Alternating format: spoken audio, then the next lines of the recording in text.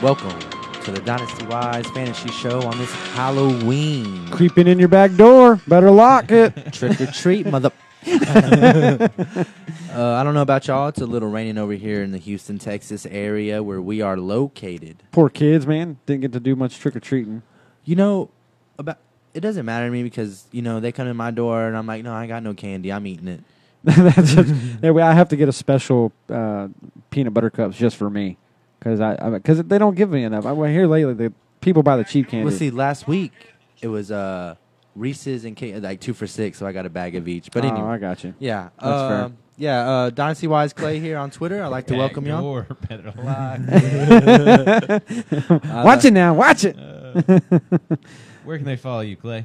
At Dynasty Wise Clay on the Twitter. I'm joined by my colleague Pat here at Dynasty Wise Padu.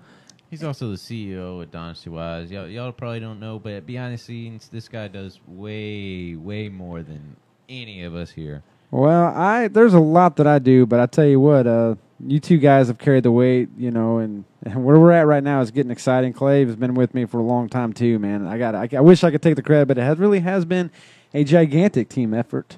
So thank you guys. And we are also, that was producer Joe there behind the mic, dropping insight on y'all. Yeah, I alternate. Sometimes I'm Rear Naked Joe with the Combative Sports Pod. Sometimes I'm the IDP Joe here for your defensive needs. I was going to say, Joe's got like 15 different names. I was fixing to call him Troublemaking Joe, but there's like 8 of them. Right. But if you guys are just now chiming in, I'm sharing the groups. Clay, you doing the same thing? No, I'm trying to pull up ours, and for some reason it's not. But it's all good, man. You roll with it, buddy. I got you. But yeah, as well with Dynasty Wise, we have joined forces with Houston Preeminence, and starting actually tomorrow, November 1st, you can find Dynasty Wise every Monday through Friday, 8 to 10 p.m. on the TuneIn app. KTXF Houston Preeminence is the channel we will be on. We'll have anything from fantasy football, you have baseball, anything sports related and combative sports. Rear Naked Joe brings you all the smoke every Friday. Or actually, MMA will probably be every day. We'll have something on that. But we've joined forces with Houston Preeminence. So make sure you give them a follow on Twitter, Facebook, Instagram, whatever it is. For whatever it is you need, they have it. And Monday through Friday, 24-hour radios. KTXF on the TuneIn app. Yep, and I'll be sharing that. If you guys are listening right now, I'm going to be sharing that link to you guys in just a second so y'all can go and check it out right off the back. That'll be coming at you. I'll be posting it to our Facebook page. And most of you guys I know some of you guys are in groups and all that, but it should be coming at you here in just a couple of minutes. Like I said, again, I'm going to make sure I share it. I know I'm repeating that a lot, but I'm trying to get you to hang in there just for a couple of minutes. Yeah, we're here. All right, guys. You'll be able to find us on KTXF. Just another reminder, we'll be on 8 to 10 every day, Monday through Friday, and then you'll catch us with your fantasy needs on that early morning 6 a.m. slot. Bright and early, guys. Oh yeah, that's gonna help a lot of you guys out. We're still planning on doing the pod, but that's gonna be an earlier spot in the morning on Saturdays from 6 to 9, like they had mentioned. But also we're still gonna kind of do our Q&A. As well after that, at least in the beginning, to help you guys transition. But we'll be answering a lot of stuff, but that's Saturday and Sunday mornings. Right. And before we jump too far into this wonderful show we're about to bring you on Halloween, this Halloween show, we have to give a special thanks to one of our sponsors, Two Mules Tavern. Dude, I love those guys. Yeah. Colin and all the crew out there, you guys are doing some great things, man. I love that place. They were so good to us, and like with everybody, they treat everybody so good. So they have so many TVs to watch any game you want, pool or darts, shuffleboard, ice cold beer or whiskey, whatever it is you drink, they got it. And great guys. You got Colin, Devin behind the bar was, and that's a great place to catch the games. I love the big tables they had, but not only that, the shuffleboard was free. A lot of places sometimes you have to pay for that. Yeah, we'll fight over paying for shuffle, but I'm just kidding. Yeah, great place out there. Y'all need to check it out. For the local guys, it's over there by Big Texas and Jack in the Box on Louetta and Holsworth, or Cypresswood and Holsworth. Yeah, that's it. Right there on the corner. Yeah, literally right next to. There's Jack an airsoft course there too, and that other 24/7 gym. But we don't need to promote them. Only Two Mules. Righto then. Alrighty. And I would also like to say I hope y'all all had a great fantasy week last week. I hope our information helped you. If we had a few misses, I'm sorry. We probably missed some on our team as well, so we're right there in the same boat. Yeah, that's a good point. We don't advise anybody out there. Yeah. We don't advise them on anything that we're not willing to do ourselves. And it's Halloween. We're gonna do us a little drinky drink. Yeah. Celebrate. Yeah. We're celebrating. We're having a good time. Y'all, our loyal listeners. Raul, I don't know if you're out there yet, bud, but I really appreciate you asking if we were having a show. That shows at least one person out there cares about what we do. Yes. Thanks, buddy. So this show's dedicated to you, boy. Boy. Boy. Gentlemen. All right, let's If get you in didn't it. know, Now you now you know. know. Lock your doors. So let's jump right up into this. Sorry, it's getting weird. Really That's weird. what you said. We're related, man. Let's jump into this. No, I mean, that's his literal words that he said in the intro. You can go and rewind it back whenever you watch it again. That's his literal words. That's what I'm saying. And I was like, we're related, man. Let's jump into this monster Thursday night game we got going on here. You have the Oakland Raiders, soon to be Las Vegas, taking the trip to San Francisco to take on the 49ers. All right. I'm going to ask you guys, and because, Clay, you said their name first, so I'm going to ask you. What the hell are they doing? Which team? Oakland. Oakland. Yeah, what are they doing, man? Do you think they're in a full tilt rebuild? Look, there's going to be a lot of turnover. Gruden wants to get his guys in there, his team. Look, they gave him 10 years. So you have to say minimum. He's going to have to minimum 5 years he's got, I would think, maybe even 7, depending on how, 5 if they're doing really bad. But he's going to do what he wants. But if you think about it, they've already acquired 3 first-round picks for 2019. They have 2 in 2020. So even though he's trading all these players, they should be able to be back at the, they still have all the assets. And I think he's just he wants his imprint on his team. Fair enough. And that's a good point. It's because I felt like he didn't have a bad base to start with Khalil Mack, David Carr. I don't mind him willing and dealing. I mean, he did get a lot of first-round picks, though, for Khalil Mack. And I get that. I mean, it's, everybody thought Jimmy Jones, or Jerry Jones? Jerry Jones. Not Jerry Jones. Jimmy Johnson. Sorry, guys. Jimmy Johnson. Hey, that shot got to me. Settled down. But that's what he did. I mean, when he traded Herschel Walker back in the day and picked up Emmitt Smith, I mean, he made a lot of big moves back in the day. It's a very similar strategy is what I'm kind of seeing right now. Yeah. It's crazy. And then, they had the talks. It didn't go through that about trading Derek Carr, this and that. That one, to me, is a little more far-fetched. I believe Derek Carr is a franchise quarterback, and they're hard to come by. So I don't see trading, especially at his age, so young. You don't trade him. No, that would have been a red flag, and I'd like, whoa, John, have those Coronas and Hooters hot wings gotten to your head? I was gonna say because you still have. I mean, there's Amari Cooper. I can understand he's been underperforming. You brought in Jordy Nelson. I feel like they didn't believe in what they were doing with Amari Cooper. Right. Which we'll dive into all that. Yeah, we'll dive into He Amari made Cooper out with later. the steal. Gruden's go. Yeah. He got a first out the Cowgirls. He did. You can't out of Amari Cooper. You can't argue it. I mean, Yeah. that was a hell of a deal. Yeah. 10 more years. 9 and some change. Yeah, 9.5 more years, Gruden ball. But, before we jump into too much, let's talk about, I know it's a little a little out of order for us, but since we're already on the Amari Cooper and the trades, let's talk about, because, they got the first, Dallas gave up a first, but then you had other receivers, in my opinion. Yes, Cooper is younger, but he's been declining for a couple years. But you had like Golden Tate go for a third, Demaryius Thomas for a fourth, and they swapped sevens. I mean, yeah, and that goes back to what Joe just said, man. Yeah, like he said. I mean, they robbed him, right? Because Demaryius Thomas. I mean, that's obviously a significant step up. Yeah. Same thing with Golden Tate, especially from a fantasy standpoint, which is typically how we tend to look at things. But especially, but yeah, there was a lot more value. I agree with you, Clay. There's a lot more value out there that they could have gotten for those picks, but. Yeah. I feel like, Dallas blew it there. How many Coronas do you think Gruden had after he's seen the reports of 7. what they got those 7. people for? I think it was he he was like, Tate. it's a 12-pack Corona night for me, Dang, I got to take my scouts off of number 52 over there Yeah. at the Bears. But if we hear him say, we just need a number one receiver. yeah, But honestly, know. Thomas to the Texans, flipping sevenths, and us sending a fourth. Thomas is known as a strong locker room presence. Actually, let me go ahead and say something else. He's big workout partner with somebody else in a different, whole nother sport, the NBA, Jimmy Butler. Do you think he had a strong presence in recruiting him before, all the way up north? Yeah. They worked out all offseason. Do you think that might be a contributing factor of maybe him to come until at least the end of the season, finish the season this year? Maybe.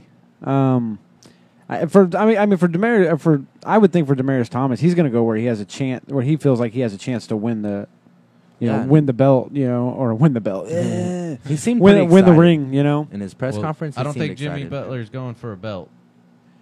Well, then cut his ass. I was talking about Demaryius Thomas. He's going for a belt. Yeah. So y'all change. It's called the fantasy subjects. I'm gonna go ahead and change the subject again real quick. How do y'all feel, Courtland Sutton?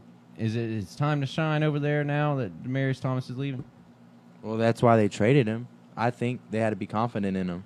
Yeah, they must have been sold on him. That's the only way. That's the only reason they would trade on him. Yeah.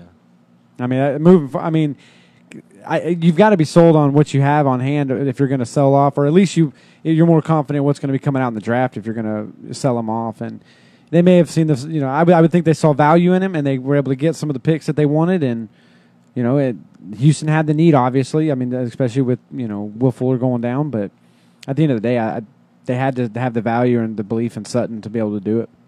I feel we got him for a steal as well. Next year, he's looking to get on his contract. I think it's like around $14 million. Yeah, and he's got a fat another contract. person, Golden Tate, who got traded to the Eagles for a third. He's looking to re-sign next year, restructure. It was smart on the Lions to get rid of him because he was going to walk after this season. So might as well get what you can right now. But he's looking next year to re-sign for about $15 to $18 million. So, again, it's smart on the Lions, but is it Galladay's time to shine now?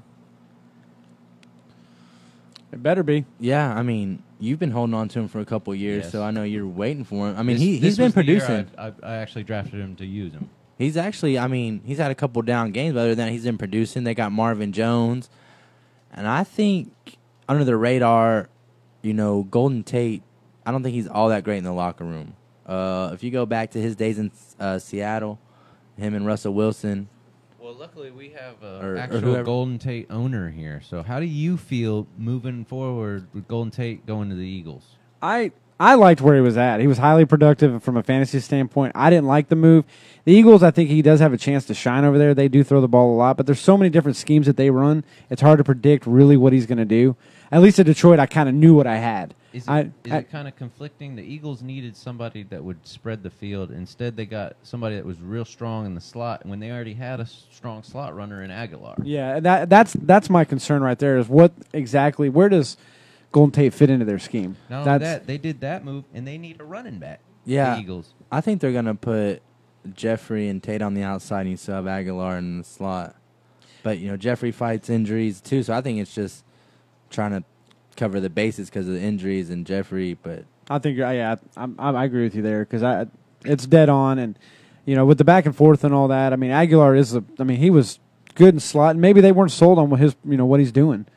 They may alternate him. That's what I'm afraid of is that they're going to move him around in different schemes, and he's not going to be on the field as much as he was with Detroit. Because Marvin Jones, it was basically Marvin Jones or Golden Tate. Those were your options. That's what you were going to roll with. And at least I knew I had a kind of a more or less a 50-50 shot. Right. I didn't have Marvin Jones, but Golden Tate was producing. So I'm hoping that carries over to Philadelphia. That's exactly what Philadelphia wants to do. I'm going to be a little nervous starting him for the next couple of weeks. So Yes. I can openly admit that, and anybody out there listening, I am a Golden Tate owner, and I'm nervous about starting him. But I probably will because I got brass. yeah, Yep.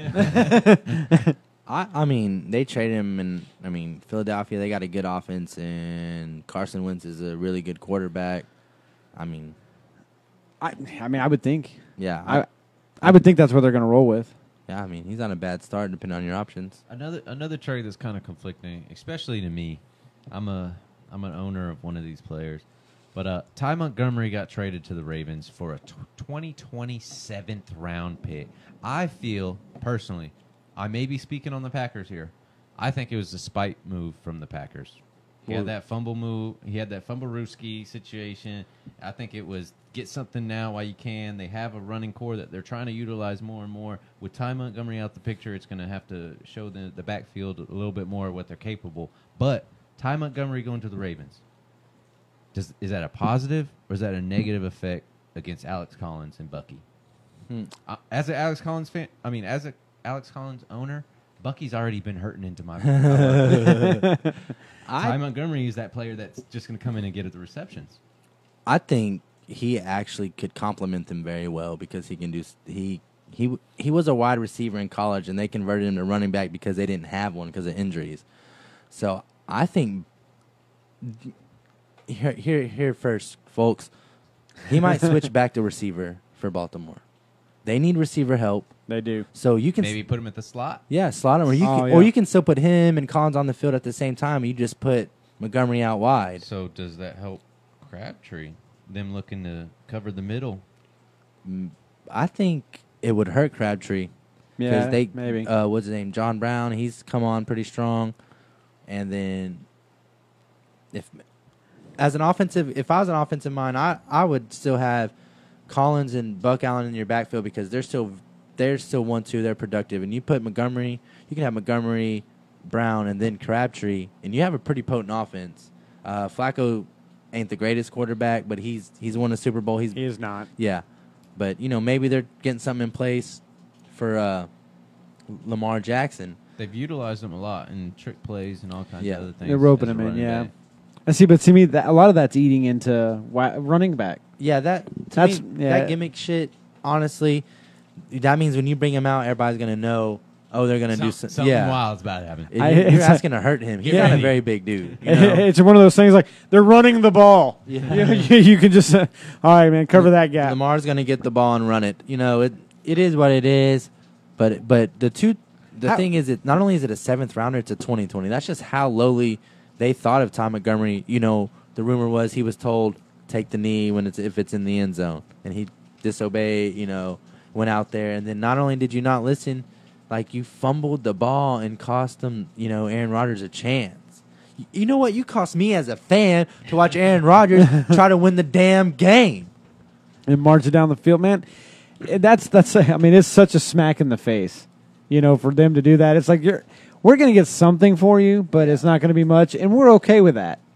I guess that's what hurts more than anything. But I love Ty Montgomery coming out of college. I did too. I thought he was a really good receiver, and honestly, I wanted the Texans to grab him so bad because at that time, he would have fit into the scheme and everything. And, yeah, they moved him to running back, but I still think he can get out, let him go back to his natural position. And I think the Ravens might actually do that because Harbaugh is that type of coach. I think so, too, and I think that's one of the best moves they can make. I agree with you, Clay, that him going back to wide receiver would be great. Because that's where he's the strongest. He did surprisingly well as a running back. I was thoroughly impressed with what he accomplished over there. He filled in the gap. But how are you going to be mad at the dude when he proved that he was a team player? He moved positions and helped you win quite a few games. He was a great fantasy producer. But at the end of the day, him going back to wide receiver, especially in Baltimore, where Joe Flacco still has a cannon. Accuracy is suspect. I'm not going to argue Very that. Suspect. You can pour me one too if you want. Pour me a halvesy. A little halvesy. A halvesy. The little guy. And pour me a pony shot. Should we ask the warden first if it's okay? Don't rope her She in. gave the clear. Okay. She did. Joe checked with My her. people got in contact with her people. What were you doing with his wife? Joe's agent got premeditated. Joe's agent got a hold of the warden's agent, and we're good. Pat's fucked. That's more than half. Not yet. Yeah, I was gonna say that. No chaser. Your chaser is another shot. chase that one with the shot. But before we continue with the trades and some things that happened real quick, I want to remind some folks about the bye week. Ooh. There's many teams on byes: Cardinals, Bengals, Colts, Jaguars, Giants, and Eagles. If you have any players on those teams, sit them. You honestly, you guys, if you have players, especially for those that have Andrew Luck and I doubt there's a whole. I doubt there's a whole lot with Eli Manning, so we're okay there. But Barkley, Barkley, Odell Beckham Jr. Guys, you've got to go out there and get to your waiver wires now. I mean, you may already be late. Waivers, depending on how your league is set up. Yeah, they're late. You got to get there and try stream them. That's a relief for you, Golden Tate owners that they get the bye week this week. Yeah. So Amari Cooper was traded to Dallas and was already questionable when he got there. I was like, oh shit. I was like, that's why that some bitch is riding my bench. He's still there. I'm so glad you didn't go for that trade. I was trying to offer you you should have taken it. I should have, and I was also traded a lot for. I was offered a lot for Gronk earlier too. I was offered Melvin Gordon. Ooh. Yeah, but it was it was Melvin Gordon and a first-round pick on my part. I couldn't do it. If I would have. You are a Melvin Gordon owner dealing with a hamstring injury. Last week's bye should have helped a little bit with his recovery, but monitor his practice participation this week. Yes. He may not play. Yeah, and the tack on to what Joe's saying there, any players that we talk about, especially if they're on the questionable, if they're doubtful, whatever, or, make sure you guys check into our Saturday show as well, because that's where we'll have more updated stuff, because injury reports haven't come out full tilt yet for the full disclaimer for everything going on. We'll have more information on Saturday as well, but monitor all the other some of the other places that you normally go as well. Keep an eye on that, because those things change. Well, there's a big one that's happening on it to C.J. Beathard, right? He's a game day. He's a game day decision for Thursday. But yeah. We'll actually jump into the injury report after our sponsor break. But right now, let's get back into the trades. Let's get back in it. We just talked about Ty Montgomery, Golden Tate, and Demaryius Thomas with the Texans. Let's go ahead and jump on the other side of the fence. Dante Fowler Jr. He was going to be a free agent this year. For the Jags, he wasn't living up to the place that they drafted him at. He missed 2 years, his first 2 years, basically. Yeah, but when he came back, they have not liked his production. So they were looking to get rid of him. He's a free agent this year. Rams are looking to go. For Dante Fowler Jr. or whatever, it's a win all around the board. You're playing with an undefeated team, and who's lining up with you on the side? It's a Sue and Donald. And Brockers. For a preview of what you can be as going into a free agent, when you want that big money contract, these are the two. This is the line you want to be on right now. Yeah. So you deep league fantasy owners, if you don't already have Fowler, go ahead and stash him. Yeah. But here's the problem. I think, coming out, I remember they said Dante Fowler, top 3. They said he could have been in 1-1 or whatever, his talent, all that coming out of Florida. But you gotta, that man had missed 2 years of football, significant towards ACL one time and another real bad injury. And then last year he played. I think it takes a while to get back to the top. So I think what the Rams gave up, they gave up a couple good picks, but I think they got a good deal, because I think that dude. I don't think he hasn't really reached his potential yet, and I think he's still gonna reach it. And sometimes you just need that change of scenery. Things been getting wild in Jacksonville. We saw what happened in London. And at the end of the day, what the question boils down to with the Rams: did they get stronger or weaker because of this guy? Stronger, definitely. That's one of the best defenses in the NFL. How does that not scare the hell out of people? A big thing. Fowler doesn't have that pressure of the organization breathing down his neck to produce the way he had. Now he's got free agency on the horizon. Do what he you want. He just has to prove.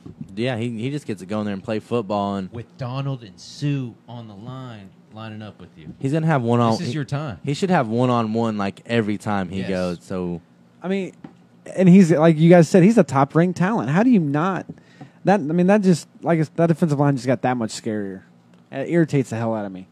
The good teams get better. You saw teams making moves. As a Texans fan, when they traded for Demaryius Thomas, I damn near shit my pants. Yeah, they don't do stuff. No, they've don't. Never done stuff like this. Yeah, that was a shocker across the board, because that's something that they don't move and shake. I thought that I hate to bring up Ed Reed, but I was excited about Ed Reed at the time. I had high hopes about it. We got burned, but Demaryius Thomas, though, that's a big name, dude. That's an all-pro wide receiver you just picked up, man. You know what? It'll even go back to the offseason when the Texans signed Tyrann Mathieu. They don't do that. They normally sign guys past their prime. Ed Reed, Amon Green. Yep. But the big thing was with Honey Badger is he wanted to come here. Yeah. He turned down a $21 million Couple chance years, yeah. to go somewhere else and came here for like a $7 million prove-it deal. Yeah, which lately he's been proving it. Yep. But backtracking what you had said previously about the better teams getting better and they're eating. If you're in a team defense, which I dislike, We're doing it. IDP We're doing is the way to go. I guess we're doing Time this. to switch. But if you're in a team defense league, you may want to keep your eye on that Redskins defense. They currently just got Clinton Dix, and Pro Football Focus ranks both Clinton Dix and DJ Swearinger as the number 1, 2 safeties in the league right now. But another thing is, I feel like it was a little foreshadowing previously when the Redskins played the Packers. Clinton Dix had picked off Aaron Rodgers, and on the sideline, lo and behold, who is it? The only Redskin player out there who's hyped up, and he gives him that big slap. It's DJ Swearinger. I feel like they already had that previous chemistry. This might be a big defense that you need to worry from here on out the rest of the season. You're going to see. I think your interceptions are going to go up. Your deflected passes are going to go up, and I think there's a lot of potential for the pick sixes. Man, these guys can take it to the house. You know, that's a scary ass secondary. God, man, that defense is already actually hasn't really been given the credit it's actually been playing up to. Washington's defense has actually been pretty damn good, and then they upgraded it. So they're first in their division. They're basically saying we're making a run at it. You know, as far you got to go through the Rams, but you know how you beat the Rams. You got to get enough in your secondary to handle their weapons, and then, I mean, Gurley, that's another monster, but you got you figure it out as you go. I'm gonna tell you right now. Last season, it was easier to tell you who wasn't injured than who was injured on the Redskins. That's true. And right now, if they turn that into a no-fly zone over there in Washington, is that might shine a big positive light on you Solomon Thomas owners. Gives him a little bit more time for some coverage action or whatever. Yeah. That might help y'all. Yeah, I would think so. Yeah, like I said, man, you almost can't go deep on them. Or, I mean, of course they're going to try. Yeah. But I just don't see it going the way they want it to, man. Yeah, so basically, like Joe said, if you're in team defense, if Redskins are available, they're worth a look. Yeah, that actually may be a decent stream this week. Yeah. Who they got this week? I don't remember. Atlanta. That's a potent offense. That is, yeah. I was going to say, I didn't... But, I mean, they got I mean, that's a strong showing that maybe Julio won't score a touchdown again. He hasn't scored a damn touchdown. I said again. He's From got what? Week 12 last season, just saying. Julio got all them yards and no touchdown. Yeah. Damn Atlanta. It's always a shootout with Atlanta. Every time. Yeah, it is. I'm not doing it this go around. I think it's sponsor time. Yeah. Is it? Let's roll with it, baby. First off, this is a Dynasty Wise podcast brought to you by Dynasty Wise Sports, Dynasty Wise LLC to be exact. Check you later. We got everything from baseball, football right now. We're working on other sports, badminton, frisbee golf. I'm Disc excited. golf. I'm excited Paul about Macbeth, those. no longer with Innova. Boom. Oh, boom. Disc golf. Bringing you the info. $1.5 million contract with Discraft. Boom. But we also have 4 years. we also have the combative sports side of it. I'm your host, Rear Naked Joe. It's called All the Smoke. I try and highlight and bring in a different coach or athlete every week, whether it be BJJ, submission wrestling, Muay Thai, whatever, what have you, boxing, MMA, all around of the Houston area. I try and focus on. We do predictions for a lot of the other things, and we talk about combative news that's going all around. But it's going to be brought to you Dynasty-wise, and we're going to be platforming and streaming on you want to say it? The KTXF on the Bam. TuneIn app. Yes, sir. on the TuneIn app. We start that actually tomorrow night, 8 p.m. to 8 to 10 p.m. is our 2-hour segment that we're going to be running. It's going to be more of an open segment this go around, kind of introducing you to the Dynasty Wise talent and Houston preeminence and things going on over there. Yeah. And it's actually kind of a spur off of our Dynasty Wise After Dark, which is going to be geared more towards the adult audience. A lot of good things happening over there, but it's going to be good times. That it is. Yeah, Thursday night, y'all guys, it's going to be our first official show on the TuneIn app on KTXF. Please tune in. It's going to be entertaining. I know it's going to kind of be during your football game. We apologize. We're going to have all of the Dynasty-wise talent on Thursday as a little preview. We're going to give a little preview of the baseball with your host, Mad Shatter. We're going to have the After Dark leader right now, who, if you haven't met him before, you better censor and hide your kids around. Hide your kids, hide your wife. It's Jeff Rowe, who on my Combative Sports Pod, he goes by Mashed Potatoes. Hey, guys. Only the true martial artists in the world, the secret belt past black, know about him. But he's your host for the After Dark, and then you've got Rear Naked Joe, who's going to be doing the Combative Sports Pod, and then a bunch of us have teamed up, and we're doing the fantasy section of it, IDP and your DFS. We're about to start beat. Yeah, we're gonna start working with Mr. Chris Kennedy. Yep, he is a counterpart to us. We're excited about that. We're gonna start communicating some things with him and trying to roll him in and get him when we can. And again, that is Monday through Friday, 8 to 10 p.m. Saturday and Sundays is 6 to 9 a.m. I know it's a little early for you folks, but some good info. But hey, you're already up or that early, setting your lineups on the throne. You should be. Tune in. You should be. Hey, you see the shirt? Oh, you don't see it yet. We're not on camera. We're on Houston. You will see the shirt. We'll show you the shirt in a second because we know what you're doing at 6, 7, 8, 9 o'clock in the morning, man. You're setting your lineup. You're looking for info. We got your back. All right, we got you. You got the questions, and hopefully, we have the answers. Dynasty-wise, with that nasty-wise info. It's so nasty. If you're in the Houston area and you're looking for something to do, November 11th, we are going to be at Two Mules Tavern. We're going to be doing a big thing for charity of what charity is it? It's going to be Camp Hope. They are actually unaware that we're doing it right now. But I'm hoping I'm actually going to try to see them this week and try to set something up to have some representatives out there and maybe come and give some support. But and some of you know, some of you don't. But actually, Dynasty-wise is a 100% veteran-owned company. So this is a big Veterans Day event that we're doing. We're trying to raise money for Camp Hope, which they do a lot with the PTSD veterans out there and helping some of the families and all that. They do some great things. A great organization. Yes, sir. Thank you very much for all that and all they do to serve this country and help our veterans. And actually, I believe we were told it by Two Mules that for every second drink, not the first drink, but the second drink, after someone gets a second drink, that half that money is going to go into the fund for Camp Hope, which is pretty damn cool. So please come on up to Two Mules Tavern in Spring, Texas. Yep. And get your drinks in twos. Yes, that's exactly it. The one caveat is you have to show proof that you liked and followed Dynasty-wise, which is just a click, and then you're good to go. Yeah. And there's nothing that says America like getting drunk. That's it, man. And I'm sure y'all can see in the banner right behind me, veteran-owned. So I appreciate you guys. Yeah, you can follow us at Dynasty-wise _LLC. On the Twitter. Yes, sir.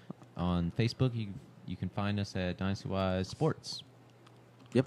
Let's go ahead and break back into the show. Let's go into a little in-depth of the injury report for this week. Oh, no.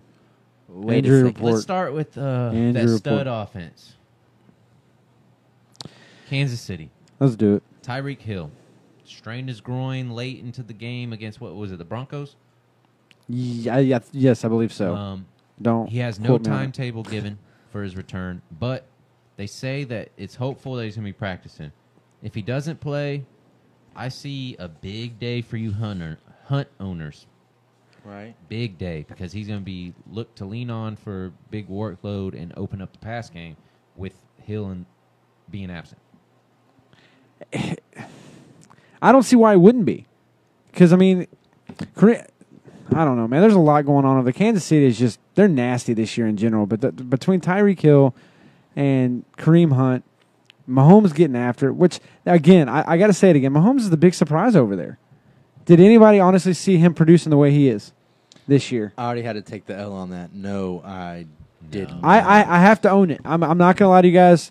I figured, honestly, he was one of those ones that would be like the 32nd pick, but they're doing some amazing things. But this could be This could be a huge week over there in Kansas City in general. Especially, well, unfortunately, there's some questionable. On the Tyreek Hill thing. Do it. Get it. He's likely to practice, though. Yeah. Just pay attention. But I'm just saying, in the sense Yeah. that he leaves, it's a big day for you hunt owners. Yeah. Hey. The thing about Tyreek, if his growing is not 100%, he's not going to be as effective as he really is, and he's already a big boomer bust player. Yeah. He'll produce, and then he'll disappear for a while. So You can only throw it deep so many times. That dude's fast as lightning, and he can run routes. That's true. So, I mean, if he is out, you definitely got Watkins, who I am not a Watkins fan, but it would be a good week for him.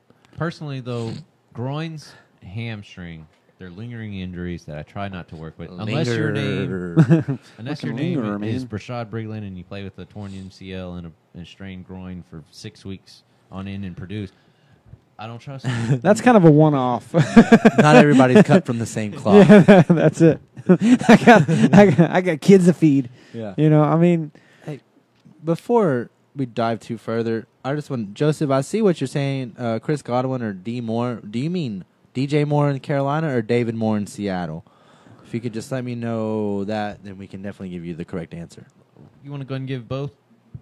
In case hypothetical situation, it's David or... Yeah. I'm going to say DJ Moore has the potential right now, but Godwin's, I mean, played the hot hand. Yeah. I don't know what he's been doing the past 2 weeks. I haven't been paying attention, but the weeks before that. Yeah. And they made the quarterback change, but I think that benefits that also depends on CJ. He's a game-time decision, so, yeah. You might want to monitor that hard. Godwin, Tampa, not Goodwin. Oh. Yeah. I was thinking Goodwin. Yeah, no. And they made the quarterback change. Good. But yeah, DJ Moore, I would be more likely. DJ Moore's been coming on. Cam Newton's been finding him. It's kind of reminding me of Kelvin Benjamin's rookie year in Carolina. Very productive. And it took him a little while to get going. Yeah. But once he did, he was very productive for me that his rookie year, so I can't complain. If it's David Moore, he's been okay, and I think that last week was not what he is. So I wouldn't rush out to start him. And if... You know, I like DJ Moore. You know that. Yeah, DJ Moore, and I'll be honest with you, you know, Fortuna. He says Carolina. Okay. I've got DJ Moore. He's on my practice squad right now, and I've been kind of sitting and waiting. Luckily I've got some other receivers I'm able to do that, but I've been right there with you on should I go ahead and pull the trigger on it or not. For me, since we're Dynasty, once I pull him off that practice squad in our bylaws, he can't go back on. So once I pull the trigger on that sucker, I'm committed. That means I've got to drop another receiver, but I'm not there yet for me personally. That's my team, not necessarily yours. Right. If you've got to make that choice because of bye weeks and all that, that's not. I mean, that's a whole different situation. But DJ, like Clay said, DJ Moore he's starting to warm up, man. Yeah, man. He's been coming on. I kind of wish I would have got some. You know what? I think I scooped him up on one waiver wire in one league. Good for you. I got a lot of leagues, man. So I got a lot of shit going on all the time. Well played, sir. Yeah. Well played. But yeah, DJ Moore. I loved him coming out of Maryland. I'm glad it took him a few weeks, but I'm glad he's gotten going. He's the real deal. A lot of times it takes a receiver a year or so to really develop. I mean, they're not all of them are going to be like Calvin really coming out of the gate just crushing it, you know. But I give pass catchers, tight ends, and wide receivers Claybo's rule. By year 3, you know what you got. Yep. That's why Sammy Watkins isn't on my team anymore. Well, actually, that's when he started going off. Yeah, I hung on to him a lot longer than I should have. Yeah. Trust me. I'm not a Sammy Watkins fan. You read the article. Yes, Hammy Watkins. Hammy Watkins. Nor am I. He hurt me a lot because there's a lot of things I should have done. I thought I could roll with Sammy Watkins and ended up. Where did he hurt you, Pat? Where did he touch you? You tell me where he touched my pooper. Show us on Manziel.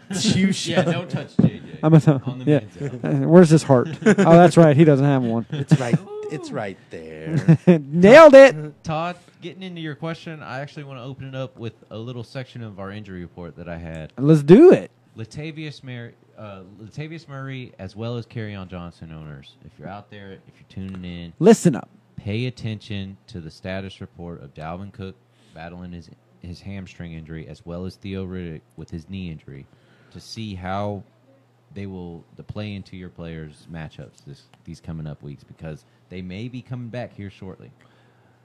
So I did a mega league first time. It's the only redraft league I am in this year.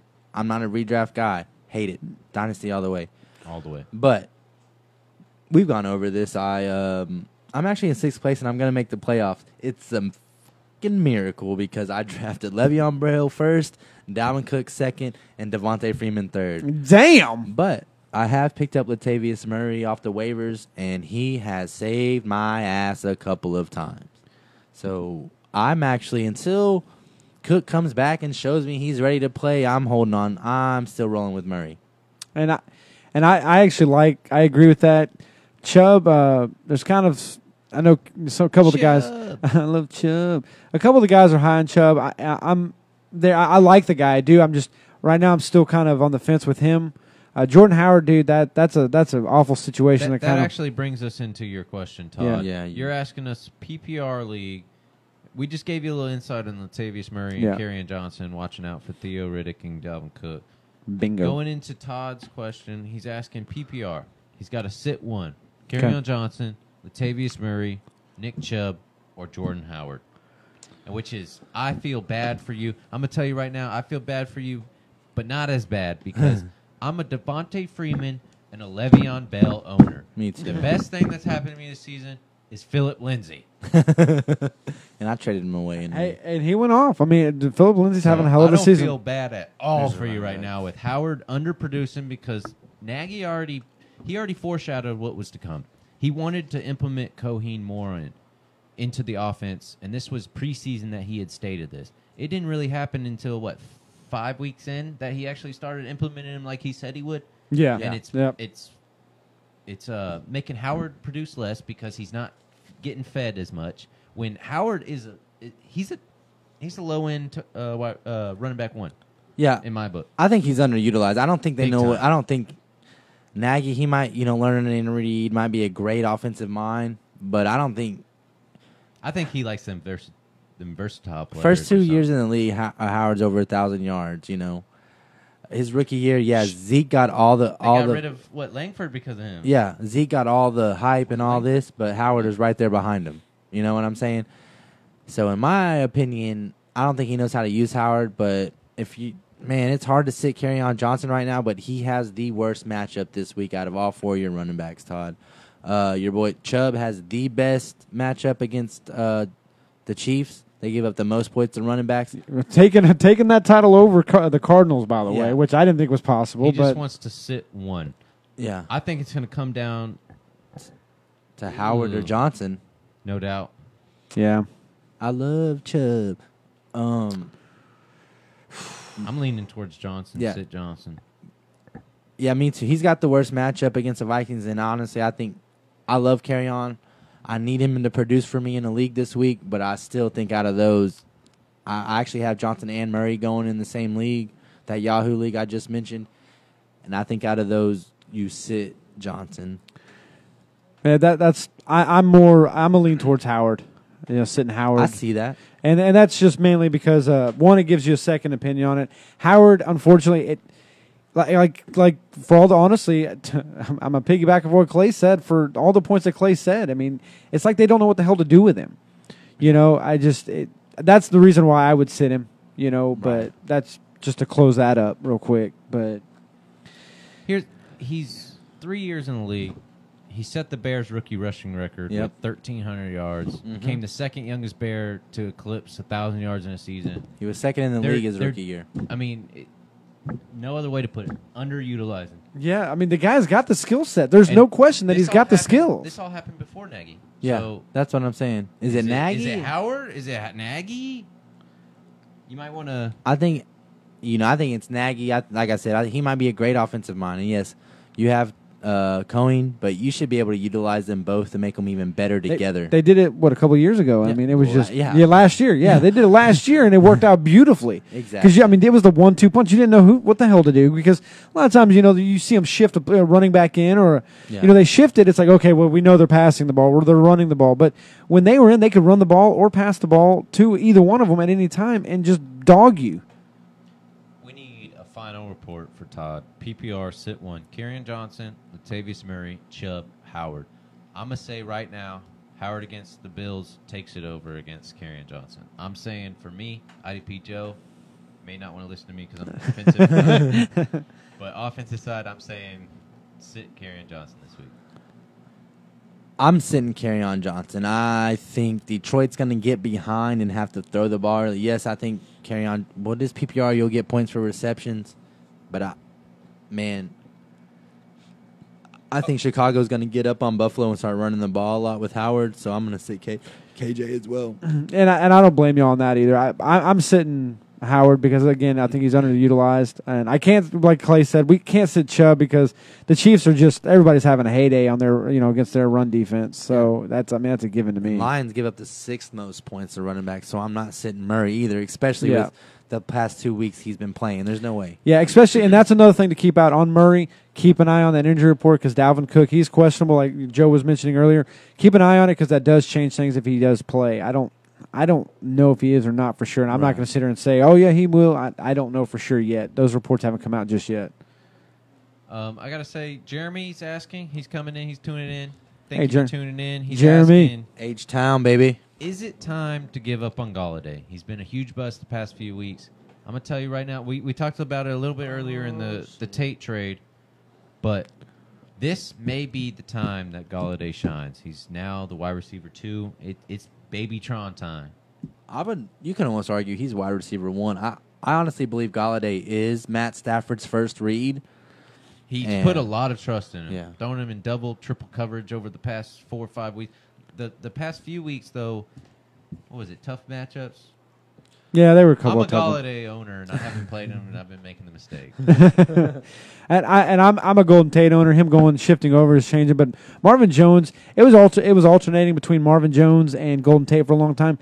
I don't see I think Galladay may actually take over more the quantity of receptions over there.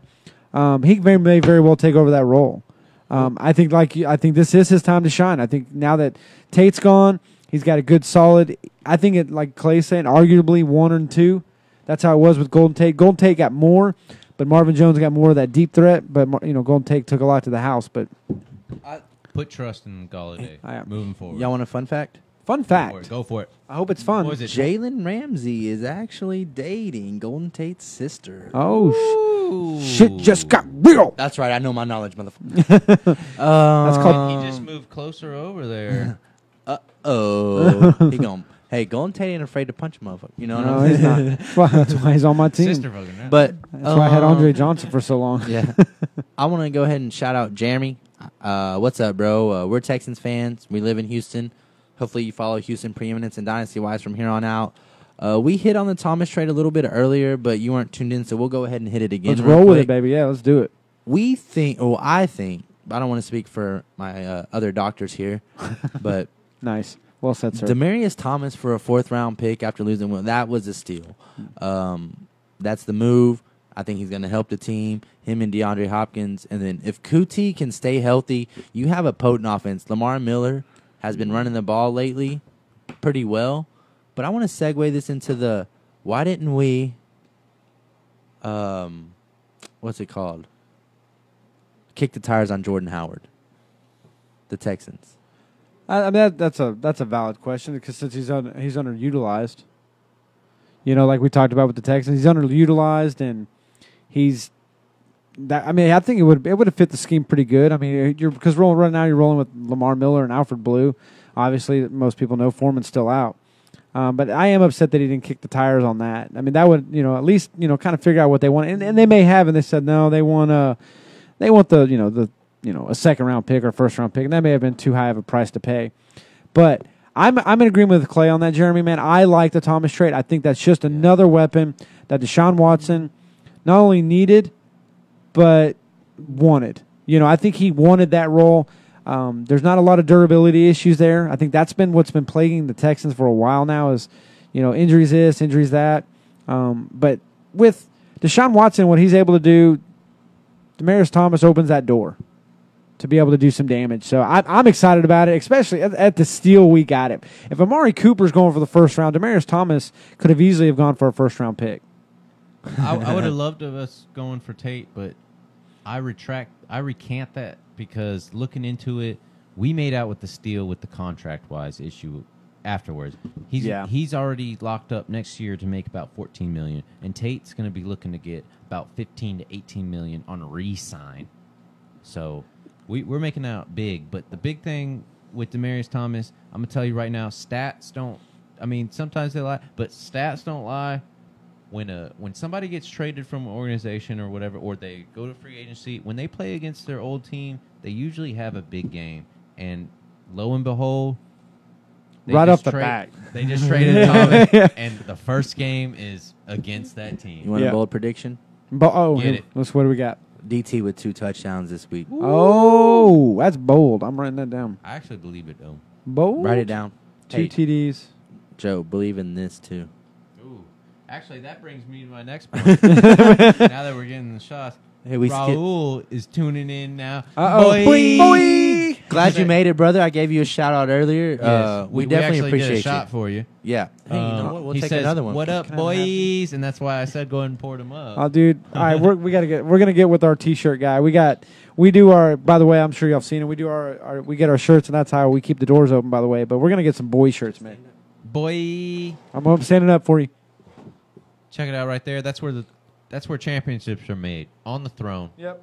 Tinkering, taking a tinker stinker and messing with the line. Yeah, you guys know that's where you guys are laughing right now. But it's like, oh shit, that's exactly right, because that's exactly how we made them. These are our fantasy days. Not literally, we weren't on the shitter when we made them. Actually, when I sent the idea in, See? I was on the shitter. The idea. I was like, why do I look like a 5-year-old? I just saw the delay on there. Pat, we said stand up. Oh, I was still squatting. If it was a Chad, it little. doesn't I poured count. too much. I was still squatting a little bit. Dude, stop doing that. Chad's fans said stand up when you talk. So mean. So mean. The funniest part is Chad's like 3 inches shorter than that. But back to Raul Boy. Boy. He's asking Ridley or Moore rest of the season. PPR. DJ Moore's getting a bunch of hype. He is. That's actually a tougher call. If you asked me I like this, both. yeah, I was gonna say if you asked me a few weeks ago, I would have gone Calvin Ridley all the way. But DJ Moore's starting to get more and more involved in the offense. I personally still like Ridley because Matt Ryan's throwing to him. Perfect. Yeah, I mean, because Matt Ryan. I mean, everything over there. I'm not doing it. We'll save it for Saturday. But almost every game in Atlanta is a shootout, and Julio Jones sure as shit didn't get the touchdowns. So. What? I got Julio, and I need him to get. Yeah, I know you do. I know you do. Shit ain't gonna be getting any. Of That's what, how many touchdowns has he had so far? Goose egg, man. He ain't gonna be getting any touchdowns against the new no-fly zone and Redskins. That's right true now. too, and that's what I'm saying with Julio Jones. Yes, I would love Julio Jones to feed too, except when you play me. But he's not getting them right now. And Calvin Ridley has been. Well, here's the other thing: they get in the red zone and they take Julio off the field. Look, What the hell is that, by the way? I'm not an NFL coach, but I'm also not a fucking dumbass. Julio Jones is what 6'4", 6'5". If it's a red zone play and you're putting Julio, I got 2 men on him. yeah, and I'm still throwing it to Julio. And give him a chance to make the play. He's gonna get it. Like, I tell you what, you can put all 11 guys on Julio, and I'm still throwing it to Julio. He'll find a way to snag that ball. I'm like, man. Julio, jump. My perspective I was like, of this, Ridley or Moore, I have a chance to get Moore in one of my leagues, and I own Ridley, and I just can't do it. I have Shepard as my only person that I could drop for Moore. It's a proved basis. If he has another week or two of his high production, I may have to take him. But I own Ridley, and I have not made a move for Moore, and he's available. Yeah, for the rest of the season, because that's the question. Rest of the season PPR. If you're just gonna, it's like if you, all right, man, I'm shutting off my phone and I'm going away. I'm just leaving my roster the way it is. I think Ridley is the way I would go. We'll see in a week or two, though, Right. because Moore's got that prove-it time now. Yeah, Moore's definitely been coming on the past 2-3 weeks, Yeah, he's getting heavy. but Ridley I think leads the league in receiving touchdowns. And Bam. Ridley is. I'm a big DJ Moore fan, but I'm rolling Ridley for now. And if I was you, I don't know what you would have to give up if there's a way you could have both. I don't know really what's going on, but that's kind of how I would try to approach the situation. And as long as Matt Ryan's throwing Ridley the ball, I'm rolling deep with Ridley, man. Rest of the season's a little bold to call, but Bold! for now, Yeah. week or two moving forward, we're all unanimous. Ridley. Ridley. Yeah, which is He's rare. probably got a trade deadline coming up, I Oh, guess. yeah, that might be. Oh, Yeah, that's a good point. get with us at the end of this week. Yeah, you. yeah. Saturday morning. Yeah, make sure you check it, boy. Make We sure you got- check we got Saturday something morning, too. fitting for Halloween.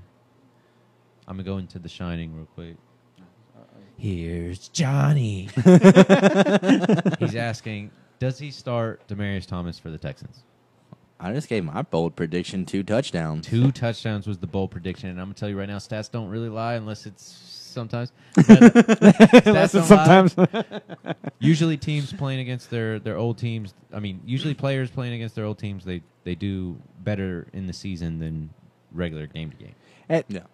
I and Johnny, I like him first out of the gate as well, because it's for one reason what what Joe was talking about is they do very well against other teams, but also I think it's going to be good the fact that they don't have film with Demaryius Thomas on the Texans offense. I think that's going to be a good surprise. They have it on D-Hop, so they may be able to do well against the defense on D-Hop, which I think has the possibility of at least giving some potential to Demaryius on at least this week.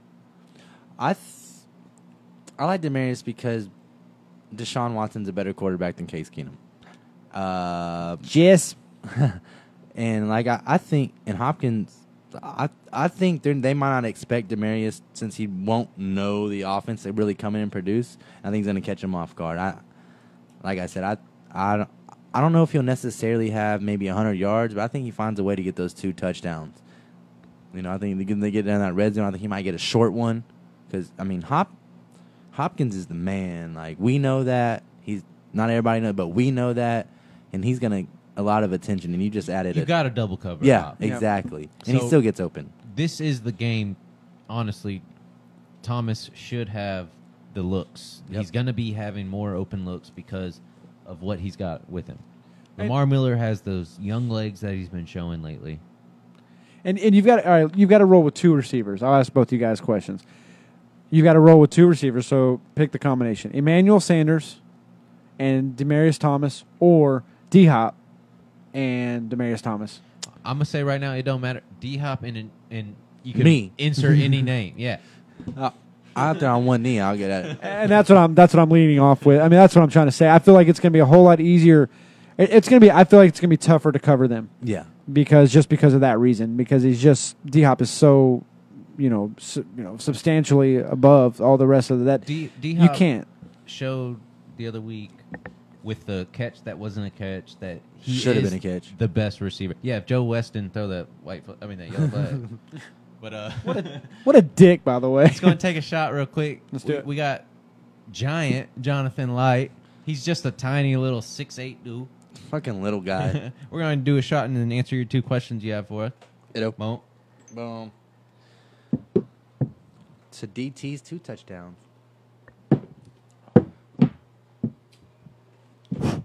Halloween. Trick or treat. Halloween. Jonathan's asking Ito for Jalen Richard. Give him a little reason why not. Or, my bad. If you have Ito, keep him. Yes. I believe his lineup, he also has Freeman. Ito's his replacement while Freeman's out. Exactly. Freeman's still on IR. He won't even be back till at least like week 11, 16. 13. No, it's like late. It's even worse. Because he had to miss at least, Yeah, he's coming back. Oh my God! No, wait, who is it? No, he's coming back late. Either way, it's late, and he was still banged up before that. You can't trust Freeman. I went against my gut like I always do, and I drafted him in 2 leagues this year. Bell One was a and dynasty. Freeman here. Yeah, I got him in the same league. I told you, Bell, Cook, Freeman, first 3 rounds.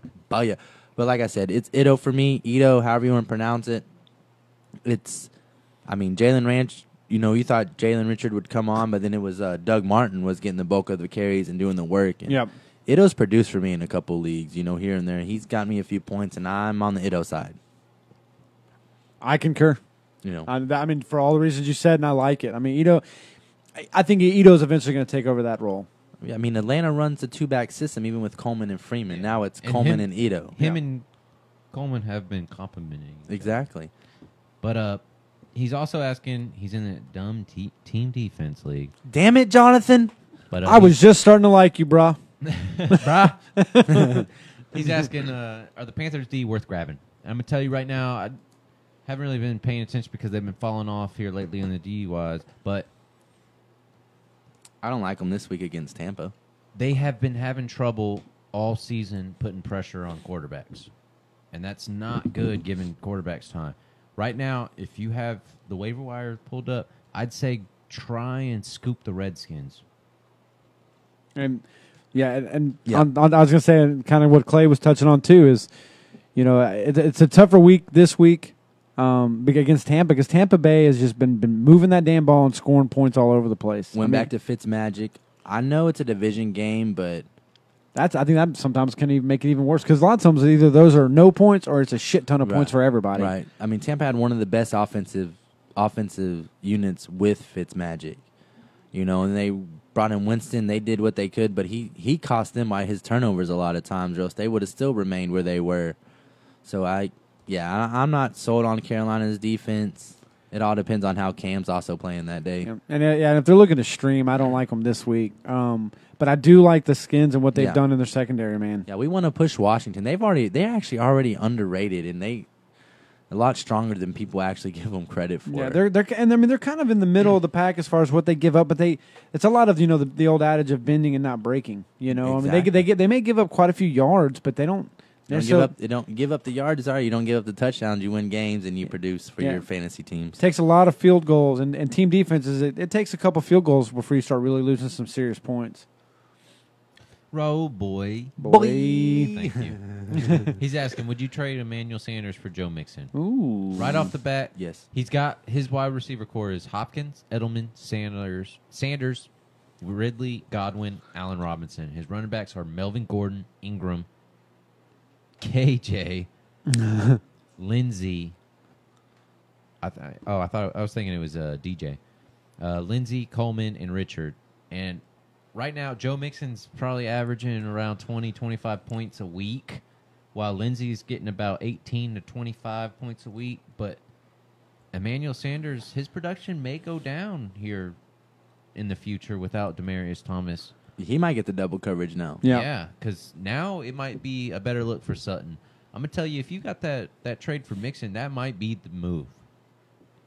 I don't think it's bad, but at the same time, based on his team, I don't necessarily think it's necessary. I was about to say, it may not be necessary, but you could solidify that running back core immediately.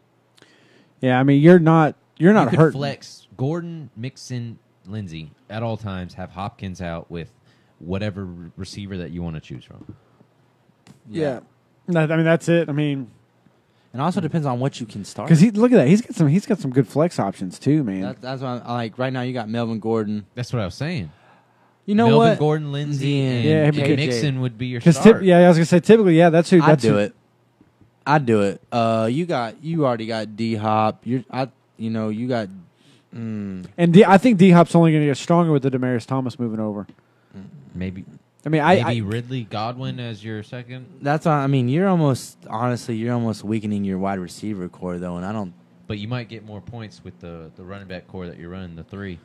It also depends on what you can start. Like I said, I'm in one league. I don't even have to start a running back. It's like all flex. Oh wow! Oh wow! It's wild. But it actually saved me a couple times, so I'm thankful. That's true. And boy, what we're gonna try to do is we'll try to say it's standard quarterback, 2 wide receivers, 2 running backs, and a flex is what we'll kind of roll with. But that's what I'm always basing on. Yeah, that's kind of So what I like, I mean, because you can roll with. I mean, Edelman, typically I'm going to roll with the except bye weeks out of the calculation. I'm probably going to roll with Hopkins and Ridley and hell, dude, having Godwin in your as a flex. Here's the thing. This could be the epitomal time or the optimal time. Hey, because he's got to trade to get rid of Sanders. He's got to say he doesn't produce the rest of the season because he loses Demaryius Thomas taking that slack off. Yeah. This could be the time to make that trade. And Joe Mixon has been consistently about 20, 25 points a week. Yeah, I saw him grabbing his wrist last time too. Sanders in that last game, I saw him like. But here's my deal with it. You're already at running back. You're going to start Melvin Gordon and Lindsey. There's no way you're benching Lindsey at this point in the season. I'm sorry. Way. He's too hot. And then you have KJ coming on strong. Ingram. Weekly, you're going to be matchup wise Ingram and KJ. Basically, who you're going to be throwing in. And I'm not sold on Ingram. I have him in the league, and I start him because I basically have to. My team's not. But I'm sorry, he came in, he had that one good week, and everybody's like, "Oh, what about Kamara?" And I was like, Kamara "Kamara's the needed real that deal, rest. bro." Yeah, Kamara just needed that rest. Everybody's like, "Oh, should I trade Kamara?" I was like, "Yeah, if you're an Yes. idiot." Yes, to me. Like, yeah. Actually, I did pick him up in a draft on a Dynasty league. I traded Jerick McKinnon, my 8th and 9th round draft pick, for Kamara. McKinnon went on IR, and I'm first in my Dynasty league. Good for you. But neither here or there. It's a tough trade for me because You're set. He's set in so many places. Man, I just don't know if you really need to do Well, it. It's tough because I'm sure there's a trade deadline, Yeah.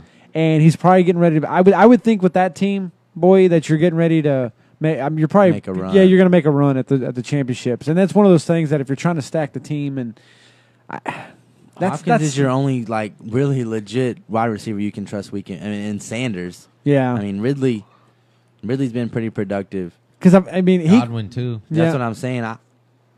because he can roll with Gordon and Lindsey. I mean, he's set at running back. He's just trying to strengthen that. But then the problem is and the other problem is you can't start everybody. Yeah, that's the other thing. I don't. A lot of people have their buys. If you got Joe Mixon, that would solidify. Exactly. You would be running a 3 running back core. Yeah, that's all. Almost 4 though. You almost. Yeah, There's no way. There's no way you're gonna sit Lindsey in the way. That may get you more points than you running Hopkins and Sanders with your That's group true. you have now. So it may work out in the end. But Because Joe Mixon, again, he's been average about 20, 25 points depending on your score. Sometimes, but okay. Here's the only thing I have. If KJ comes in and produces this week against Minnesota, a very pretty good against running backs, and he produces, how are you going to start benching him? Because the past couple weeks, he's trending up.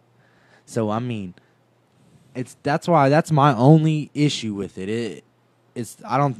Value wise, I don't think it's a bad trade. I feel straight up, it's a good trade. It's a legit trade. First of all, trading. Yeah. So, I love trading. So if you do this trade and say KJ comes through and solidifies that he's a running back one, now you have trade bait to get rid of Ingram and throw away KJ and solidify your running or your receiving core. Yeah, that's the only other thing I could think. You grab Mixon and then you're stacked, and I would try to go after another elite receiver. I honestly. feel like Joe Mixon's going to be steady with his points wise, and Emmanuel Sanders is going to drop. He's going to dip. It's possible that I doubt it, but DJ Moore may be out there.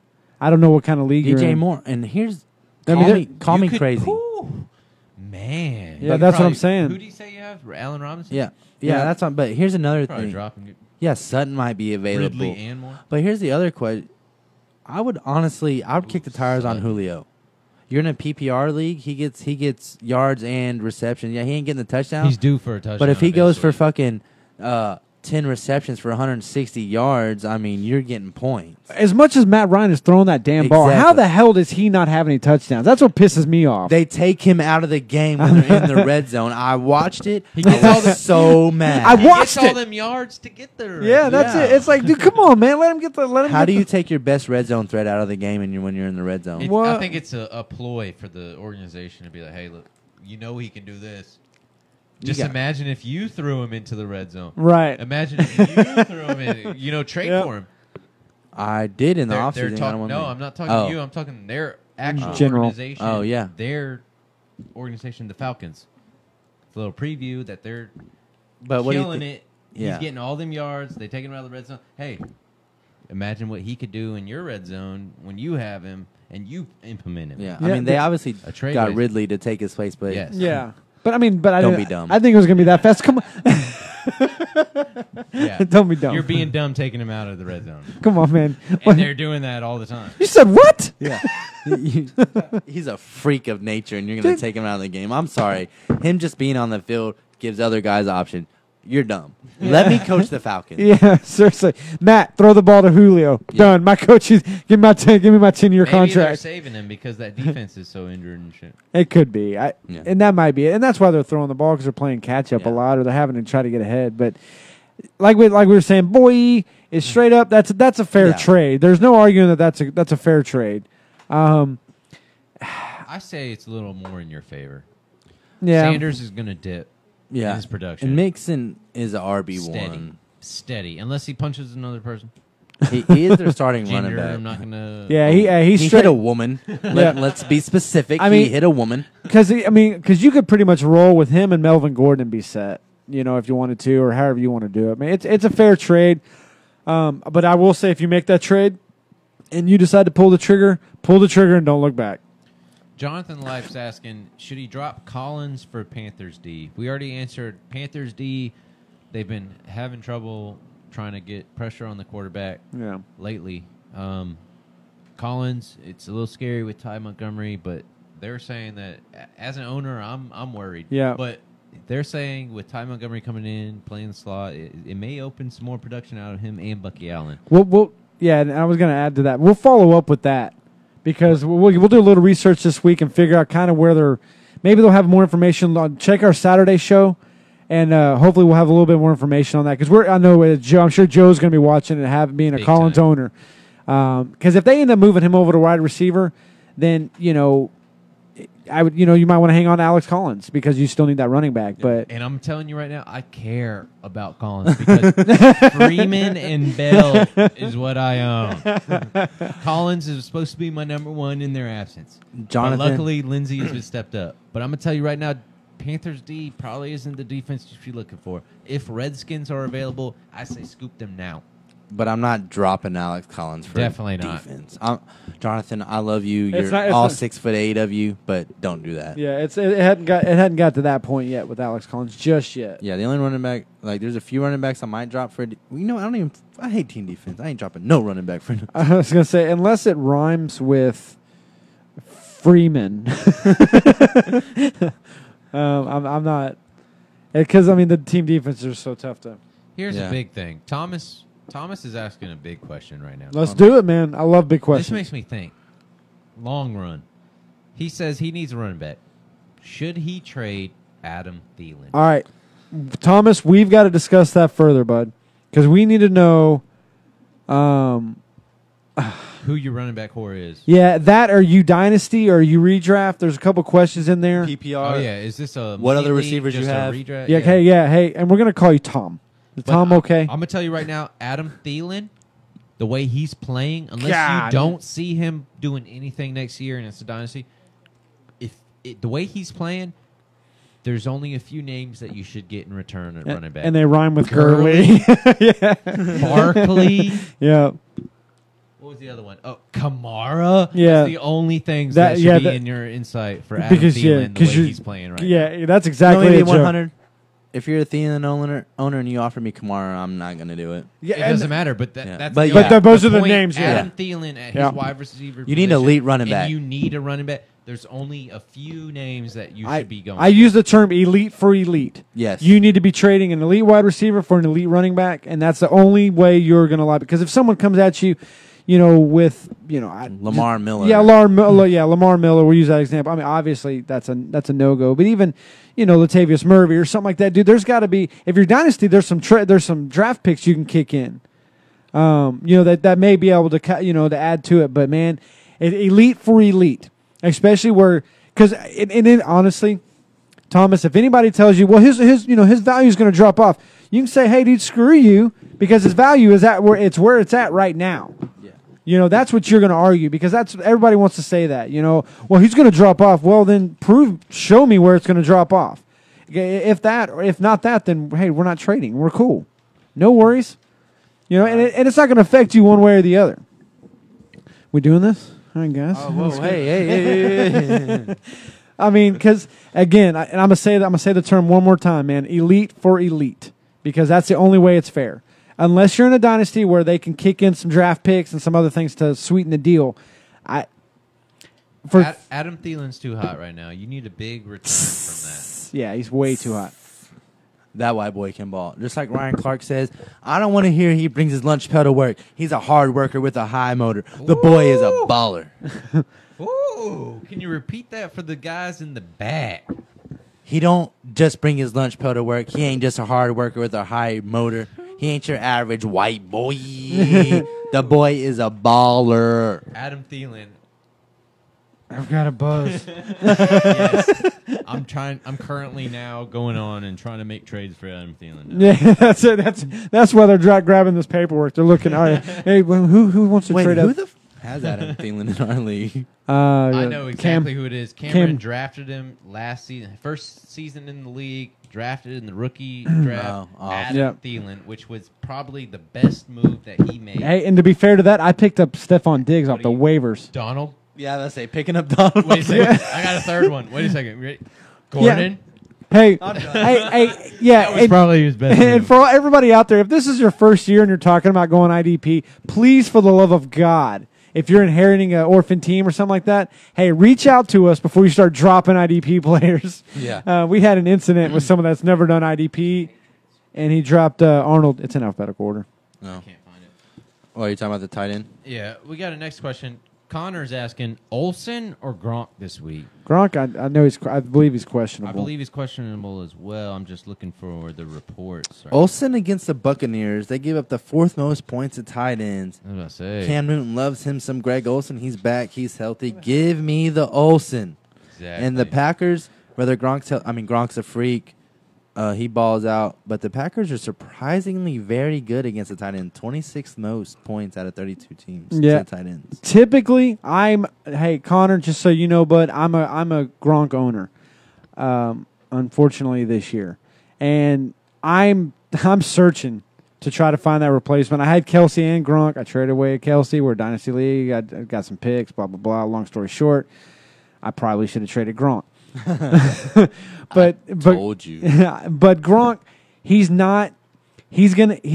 falling into that category right now that he's fit into that medium range. But with Gronk, you never know what the hell's going to. This week he could go off for 3 touchdowns and 125 yards, and you can't predict that with Gronk the way he's playing right now. 3 touchdowns and 26 yards. Yeah, that's it. I mean, on average, I think he's averaging 6-7 points a week, which is awful for Gronk, because Gronk, you're expecting him to be your wide receiver, your starting wide receiver 1 or 2. Honestly, when you draft him, it's kind of that sneak that pick in there.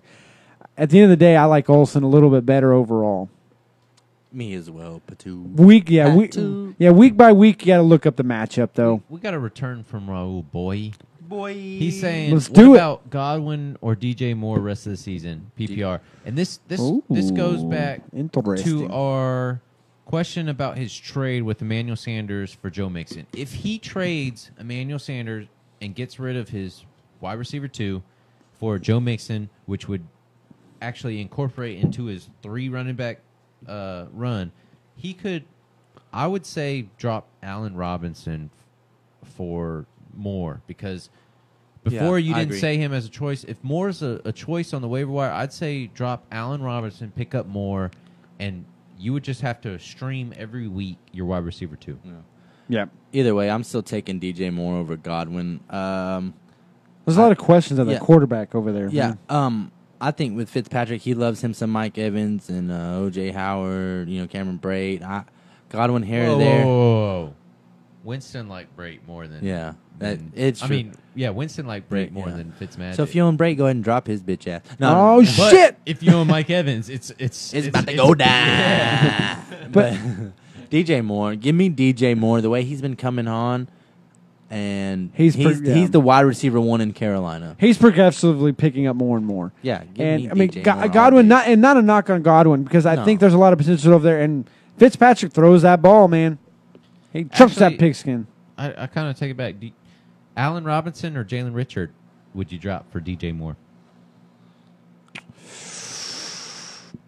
Ooh. Probably Richard. Richard, yeah. I was about to say. Richard. Maybe keep Allen Robinson, drop Richard for Moore. Yeah. And then solidify who you'd be streaming for your wide receiver 2 every week. Yeah, but besides Hopkins by week. But he had Hopkins and Ridley. You know what I'm like? What I'm saying. You would be streaming your wide receiver 2. Yeah, that's between Ridley, Godwin, Moore. Yeah. And either way, he's stacking. I'd rather have Moore in the mix. Yeah, than Allen Robinson. First off, he already has a badass last name. You know what I'm saying? No, Moore. More. More. I thought you meant Raul asking the question. I wonder if we're related. You are. Sounds about right. I need that autograph. Hey, man, He's reminding that it's PPR. All right. Yeah, Moore. Yeah, I like He Moore. says the trade is PPR format with Joe Mixon and Emmanuel Sanders, and we still solidify. Yeah. Yeah, I think we're still united. All right, we got a standard league question coming from Errol. Errol, Which running back should he start at flex? let's do it. Let me hear it. Standard league. Doug Martin, LaShawn McCoy. That's not looking good. I feel bad. I would really like to know your waiver wire right now. I'd really like to know if we have some other options. But see, to be fair to that, though, LaShawn McCoy could break that shit off. I mean, I don't like McCoy against Buffalo. Chicago. no, I don't either. What was it? Was it just a straight who to start? Doug Martin at flex or McCoy at flex? I would like to know your other options, honestly. Yeah. For your receiver, tight end maybe too, because Yeah. sometimes the double tight end will work, especially in a league, or especially right now where tight end is hard to come by. I have a feeling that LaShawn McCoy is going to break one off, man. I just don't know when. Bears, That's the thing that bothers me. That Bears defense is really good, and their quarterback's out. They got backup quarterback. Not a very good wide receiver threat. I'm sorry. If that's between the two, give me Richard. 49ers give up, way more points to the running back. Yeah. Bears give up the third least. What do they give? They're only giving up it's on average 16, 17 points, something like that. Yeah, Bears give up to the running back position 16.7 See, points. and that's low on average. And Oakland's giving up 27 a game. Oh, okay, yeah. So I think Doug Martin and Richard, your matchup wise, that's matchup wise. That's kind of our fail. That's kind of what we go back to is the matchup and kind of looking at seeing what the points are going to be. And the eye test. That Bears defense is Eye test is a big thing. Yeah, that Bears defense, I'm sorry, they're going to eat up Buffalo, I think, especially, whether it's Peterman, Anderson. This is with my IDP player, Khalil Mack, out dealing with it. He's still out. Yeah, and that's what I'm saying. With him out That's what I'm dealing saying. with I'm asking, actually. an ankle injury, that's still just a indication of what that Bears defense is. With Matt coming through, trying to get all them points. Yeah. That's bad. That 52, I wish, if I was Gruden, I don't know how you traded him. I mean, too many Coronas. he's out, and I know he's young, but you still have Roquan Smith over there. Yeah. Who's just, he's a monster for a rookie, man. No doubt. That honestly, when they brought him in, I think it was the first or second game. I think they brought him in, or maybe the third game. He was actually my linebacker 2, I believe, coming out in the early predictions. Yeah. You can find it at dynastywise.com. .com. I believe it's still up there with all the early predictions for the running backs. Linebackers, defensive ends, and DBs. But yeah, see, and him coming out, and then when they picked up Khalil Mack, I was like, "Good God, dude! How can they afford him?" Well, and then I remembered that Roquan Smith is under the rookie contract, so that helps. That helps quite a bit. We got a question coming in from Manny, and I apologize. I accidentally skipped you. Sometime in the process, I reloaded and didn't see it. We got you, Manny. Manny's asking Trubisky or Matty Ice. Oh, Matt Ryan. I'm personally, I'm going to lean towards Matty Ice. At just first glance, I'm not positive of all the matchup yet. I think it's. Oh, you know what though? I'm going the exact opposite. They're playing putting all faith in Trubisky against Buffalo, while Matty Ice has to go against the newfound no-fly zone Washington Redskins. Yeah, that is something to behold. It hasn't been solidified, but I'm calling it now. Early prediction: Redskins no-fly zone. I'm not sitting Matt Ryan over Trubisky. Matt Ryan has way more weapons. Carolina gives up more points, or the Redskins give up more points to quarterbacks. Buffalo is actually surprisingly very good against quarterbacks. And this is what did you calculate anything with Green Bay's stats or whatever? Because a big part of the Green Bay's stats for defensively was Clinton Dix. So now him going to the Redskins. I don't know how your equations process. That's what I'm saying. That is something to consider. Yes. I mean, he might improve it, but I still think Redskins offensively is just way more weapons, and I'm not sitting them. If you're tuning in, Atlanta weapons. Pro Football Focus I got you. rates both Clinton Dix and DJ Swearinger as 1 and 2 safeties in the league currently right now, and they are both now playing for the Washington Redskins. Until they show me together. Give me Matt Ryan. I agree. I agree with. I agree with Joe that they are going to be something to behold. They're going to be downright nasty. But I do like the matchup with Matty Ice because he just throws the ball so damn much that with Calvin Ridley and Julio Jones catching a lot of the catches, but pulling them out in the red zone. There's just a lot of stuff. There's a lot of stuff happening over there that Matty Ice is still my go-to, and they tend to end up being shootouts. Good God, man! A big factor of After that this is one I am. I'm gonna start slurring here in a second. Coverage only covers a certain amount. If you can't put any pressure on Matty Ice, then he's going to have all the time in the world to create some plays and do something. I think that's what the Buffalo concern really is being able to put the pressure on him. But Buffalo hasn't really been too hot, and Chicago's been kind of on a tear. Trubisky's been surprisingly good here lately. That's another especially in times when he needs to. Yeah, that's another surprise too. Is the Biscuit just getting after it? Rush yards, Biscuits, rushing. He was averaging the most points per rush in the league. I don't know. I was going into last week, so I'd have to double check going into this week, but he'd still be, still in the top. Yeah. Honestly, that's a pretty good choice to have right there. You're not hurting. He's not hurting. Yeah, I mean, I guess he was surprised by the way Biscuits came on. He probably didn't expect it. Nobody really did. But if you watch the tape on Biscuits coming out, I actually watched a lot of tape on the quarterbacks that year, and you could see the potential. He was just inexperienced. He only started 1 year in college at North Carolina. So a little bit more experience. They got an offensive-minded coach. They got John Fox out of there. Got the offensive-minded coach. But yet their defense is just tearing it up. Last year they had a top. Nobody gave their defense credit. Eddie Jackson out there at safety in their corners, and they perform. And then they had a top 10 defense, and now you got offensive-minded guy and trying to get an average offense, top 15, middle of the pack. You're looking at a playoff team. I mean, that AFC North, that Bears are playing good. You still got the Packers and the Lions and the Vikings. That might be the best division in football right now. Yeah, and the Lions are trading. They may have gotten better, though, with trading Golden Tate away. I can't say they've gotten better, but that's going to open it up a lot for... Sometimes you do get better by subtraction. You do. So, time will tell. Addition by subtraction, right? Yeah, so let's just go ahead and, like I said, it's Halloween.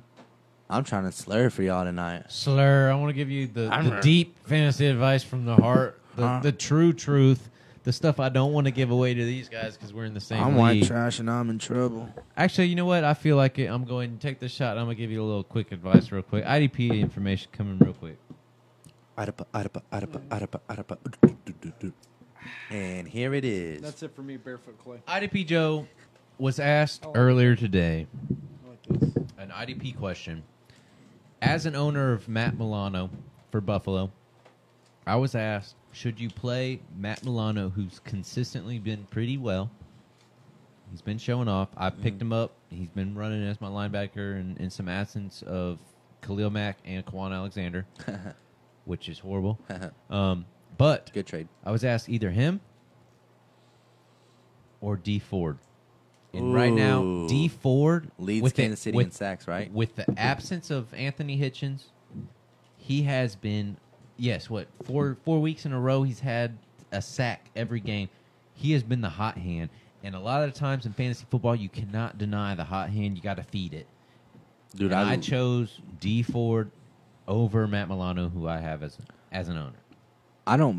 If you're hurting at the line right now, check him. He's actually in a lot of leagues. He's positioned as an edge rusher. So in certain leagues, you can run him as both a linebacker or in whatever you have depending on where you're hurting. Yeah, I loved D Ford coming out of college, dude. And he's living up to it. He's leading their team in sacks. So the Milano D Ford, here's what it comes down to me. What's your point scoring on tackles? You know what I'm saying? Because Milano's going to get you the tackles, but I think D Ford, he's going to get you a couple tackles, but he's going to get you that sack. A lot of tackles for loss if you want to implement that. So, and with Anthony Hitchens right now out with his rib injury, that's more of a factor that he will be out there producing. Right, yeah. That's a tough call. Who are they playing, actually? Kansas City's playing? Cleveland. They might try to run it a little bit with Chubb and Duke to try and open up the run game. Yeah. I would. Kansas City gives up the most points in running backs. Chubb's highly talented, and y'all know I love Chubb. That's why on the questions we saw earlier, I can't in good conscience sit him.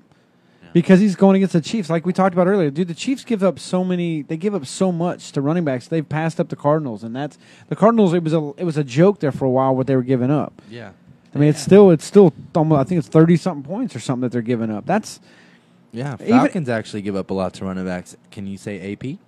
yeah, that didn't help their cause. Yeah.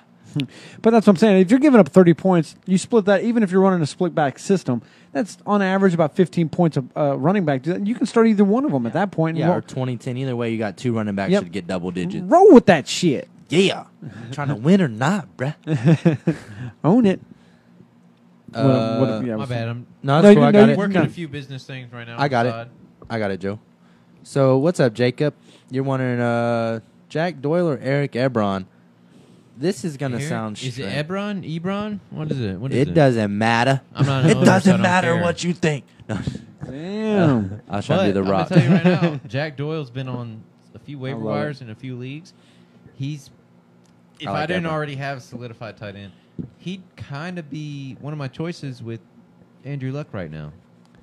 Yeah, because they're starting to mesh, man. I mean, previously, he was one of his high targets. Yeah, but if you look at what Ebron, if you want to go talent, that was the wide receiver. I mean, the tight end one that was coming out this season, wasn't it? Doyle would, but when they signed Ebron more athletically gifted, more talented than Doyle, and Luck's been finding him.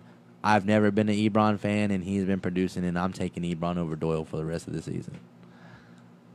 I'm not arguing with you. I mean, Jack Doyle, there's just a lot. I mean, that's a tough situation. I picked up Jack Doyle with the intention of him backing up Gronk, but I just, as much as I hate saying it, I just don't see it. That wasn't a solid pickup. I mean, I need to find something else, you know. I mean, if you'd have listened to me in the offseason when I was telling everybody George Kittle's going to be a top 5 tight end. I did. I had him. I picked him up, and they didn't do shit, and I dropped him. That's a lie from start to finish. That's a lie because Joe had him, and I had to trade for him. I know, and I don't want to undermine your advice that you gave from the get-go, which was good. I mean, you called Kittle from the get-go. Yeah. I can't even argue with that. Kittle's been and he's man. currently, what, number 3 right now in all tight ends? Just saying, hey. I said top 3 to 5, and I didn't deny it one bit. Before you came out with that thing, I already had my eye on him. That's why I got him from you before you even fucking had the chance. And I got him back. Yes. You made the trade, and somehow you wheeled and dealed and got everything I wanted back from me. I don't need you guys spiking the football on Kittle, man. I get it, all right? I should have listened. Yeah, Kittle is the man. If you don't really know about Kittle, go ahead and check out at dynastywise.com. We have an article out there from the one and only Dynasty-Wise Clay. Yeah, that was in your article about the second-year tight end. Early. Second. Early. Oh, yeah, that was way off season. All these other, then you had all the other, who you want to call, Mike Clay and Matthew Berry trying to jump on George Kittle. They probably read my article. Let's be honest. Yeah, that's exactly. My information was out there way before them. I shouldn't have sent it to him. You dick. I know. Well, I thought maybe they'd give me some credit and, hey, you want to come join Espen? Yeah, not a finger. Yeah. But yeah, George Kittle, that's the man. I thought, honestly, with Jimmy G going down, I was like, my prediction might go off a little bit, but he's still out there producing. Right. That just goes to show you what he's about. Yeah. But either way, Ebron, rest of the season over Doyle for me. I know my tight ends, brother. I wish I could argue with him and and make him try to look dumb, but he's made me look dumb on the tight end, so I can't argue it. Yeah. You used to run the double tight end. I did. Hold up. Don't. Number 1 tight end ever that you want. Gronk and Kelsey. This guy used to have that duo, Yep. which no one ever said, "Hey, don't go go double tight ends as your flex." That was the move if you were a Gronk and Kelsey owner. I moved the wrong one. I'll admit it. I moved the wrong one. I should have. What did you trade Kelsey for again? I traded him for. It was for Rojo, Ronald Jones, and then and a first round and a third round pick. Okay. Didn't you trade Kelsey for who? What, the number 1 running back that you wanted last year? Yeah. So when I acquired Kelsey, I didn't even get to play him because I traded him to you on draft day. Yeah. And if you go look back at that trade, I took you to the woodshed. You did. But granted, we didn't know. No, we didn't know. You I was making you pay for something I knew. Kelsey was the top 1-2 tight end at his position, and Kamara was kind of an unknown. Although I was high on Kamara, it was still an unknown, and the only way I was selling Kelsey, which anybody would, I was going to make you pay. Yep, and I did, and we ended up doing what, a first-round pick. Kamara. I got Kamara a first and a second. Yeah, and for Kelsey. To be fair, I went 11-2 that year. Yeah, last year. I mean, I did just fine. I'm not, and that's what I was hoping to do is move Kelsey. While I honestly thought, to be fair, I thought Mahomes there was going to be a drop off in Kelsey. Right. So I traded Chelsea high. I wanted, and I needed a running back. Right now, I got taken to the woodshed on both trades. Now, to be fair, Rojo is coming around. Yeah. I Not think it's yet. too early to tell. So. It is right now. But you also got that first round pick. So. It's almost and I got a third, so I almost traded him for what I got for him, and that's what I was kind of going for, is kind of get an even trade for what I got. You did, however, it was Kamara was in that mix, and I had Kamara on my roster. Yeah. But you know how that shit goes. You don't know, and it's like, hey, you're really high on him. I'm not super high on him. I took him because he was there. I like the guy, but I'm not high on him yet. Yeah.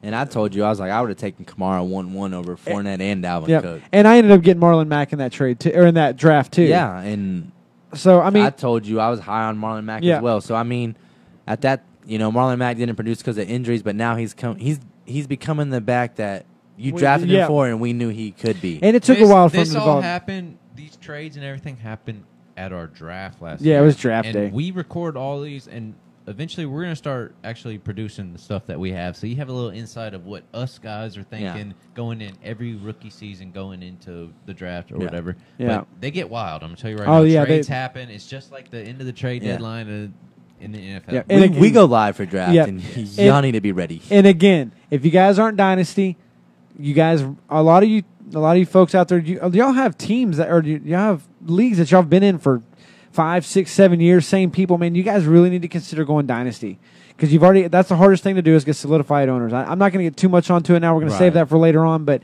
we'll pod about that. Yeah, we'll pod about it. But y'all start planning. If you guys are out there thinking about doing it, start putting it in the works now. But anyways, moving on. We got a question coming in from Jonathan Lipe. Okay. If you're in the Houston area and you need furniture, what have you, he works at Landmark Furniture and Mattress for Less. Go ahead and find him, ask for him, and go ahead and I'll vouch for that. He'll hook you up with the deal. We actually have somebody that actually went in and got hooked up. I'll vouch for that. I bought a queen mattress from Jonathan almost a year ago. It's probably been a little less than a year, when I was rooming. Would you say that's where the magic happens? I made a baby. Damn. So if you want a baby, go ahead and go to Mattress or Landmark Furniture. Yeah. But no, honestly, Jonathan was really good. Like, I told him what I wanted. He pointed me the mattress that he was like, based on what you tell me, this is what you want. I swear to God, I laid on him. I was like, you're the man. Yeah. I took that mattress home. I said, here. You know what I mean? And dude. And is that the same Jonathan's been chiming in? Yeah, Yes. Hey, he actually, the reason why I asked that is, or the reason why I did that little shout out is because he actually has a question coming in. He's asking. Post your link on here, bud. He wants the Redskins D, as we've been talking. Yeah. He wants to know who he should drop. He's got Shepard, Aguilar, Stills, and Snead. Those are his options that he wants to drop. Ooh. And I'm gonna tell you right now, as a Shepard as a Shepard owner, Shepard, a lot of his production this season has come from that injury that the tight end has acquired. With him back, a lot of that targets and production is going to be taken down, especially with OBJ not producing. Call me crazy, but I'm keeping Shepard over Snead. I was about to say, Snead would be my go-to drop. I mean, he's had, 1 or 2 weeks. I actually have him on a roster. Yeah. I've been really high on Snead the last couple years. This is also a redraft. This isn't exactly. Okay. So just to let you know, Montgomery's going to cut in. That's what I was going to say. Montgomery, with them signing, I felt like with them bringing on Montgomery, they're not sold on Snead and what he's produced so far. He's going to take that slot. Yeah, I think Very so. I think that's going to be more than likely going to be your cut, and I don't think it's going to be too detrimental to your team making that cut. So, Jonathan, if you're tuning in, it said he was. Honestly, drop Snead for the Redskins D. I know you have the Jaguars D. They've been kind of floppy. Yeah. Yeah, they've gone big to time shit. floppy. Yeah. It's an understatement. There's a lot of things happening right now behind the scenes, especially in London Yeah. when they got arrested. How you gonna try to walk out on a $64,000 tab? Yes. So I'm out. Look, I'm from America and I play football. I'm not paying this. Yeah. Where I come from, we don't have to pay that. My name's this. Do you know who I am? I'm not paying that. Like, fuck you, man. I don't know do you kick a fucking soccer ball? A football? Yeah. We only know who the they only know who the kicker is on the Yeah. Jaguars. Yeah, I agree with what Joe just said. I mean, Snead's had a couple games. Actually, his biggest game saved me a win one week. But yeah, he dropped. I'd drop him because I think Montgomery. Like I'm telling you, I don't know their plans, but I honestly think Harbaugh's a decently offensive-minded coach, and Montgomery is talented enough. He can play your running back, but he's a receiver by trade. And Yeah. And he's a good one. He's a good Yes. one. It gets underrated how good he actually was. Because if you go back and look at the receivers they had in Green Bay, and I mean the guy was going to get pushed to the back burner anyways. Because I felt like they were trying to work him into a system. They felt like, okay, we're going to run him with run him as a running back, and he did great. I mean, hell, dude, I dropped him. That's what I hated doing it, but I felt I stacked, but he got picked up. But I think I had him at one point in time as well. But it's just like you don't know. Yeah. And here, I know we've touched on this on trades and stuff earlier, but since we are Houston-based, here's a question. I know the fourth rounder for Demarius we think is a steal, but a 2027th rounder for Ty Montgomery when we could kind of use a running back help because we don't know if Foreman's coming back, and the receiver help, his versatility, and Bill O'Brien's big on versatility. Yeah. I'm surprised that they didn't kick the tires on that. Yeah, that makes two of us because I felt like that would have been a real good fit over here too, especially with so much up in arms with Coty and getting healthy. I felt like bringing in Montgomery would have been a good move for them. If they would have been, honestly, that's another one. I felt like if they had gone with Golden Tate, Montgomery, or Demarius Thomas and paid it, Joe brings up some good points on the contracts too on Golden Tate. That's some great info there. But with Demarius Thomas and Ty Montgomery, I'm not sure on the contracts, but either one of those, I would have been like, okay, I can accept either one of those and be okay with it. Right. Yeah, I'm right there with you, man. I just had to touch on that. It's just No, it's cool. It's just crazy to me. I like it. I'm a different breed. Yeah. If they ever let me coach, I'll probably win some ships. I forgot all about this. He's in one of my notable IDP battling injury Cut him. reports that I have. But where's the Buccaneers? Where are they playing? Who are they playing? Carolina. They're actually losing out on a prime defensive lineman in Gerald McCoy, who's dealing with a calf injury. Is he? What's his current status? Do we know it right now? That I don't know. I'm just saying. Okay. Pay attention to the injury report. Notable IDP injury right now is Gerald McCoy dealing with the calf injury. Anthony Hitchens, we already touched on. With the Chiefs, he's battling a ribs injury.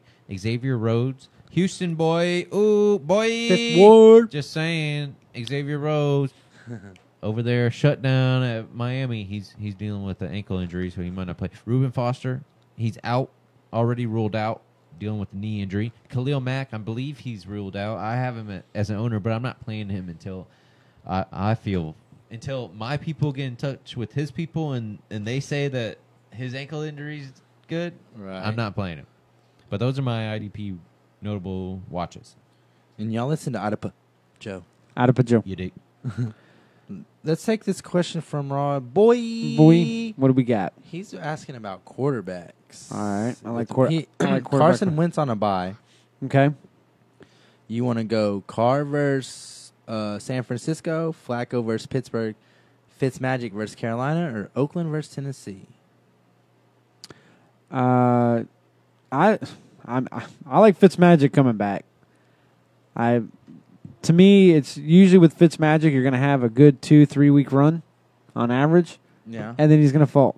To me, I'm okay with that. I mean, of course, as a fantasy owner, you want him to have a good week every week. I get it, blah, blah, blah. Right. But even as a starter, if a player has that 3 weeks and then one off week, I mean, you're in the playoffs, man. Yeah. And I like Fitzmagic against Carolina right off the top. And again, we'll probably address that on Saturday, of course, too, on our show from Of course, we're running 2 shows on Saturday. We're running the 6 to 9, and then we're going to have our podcast live too. Right.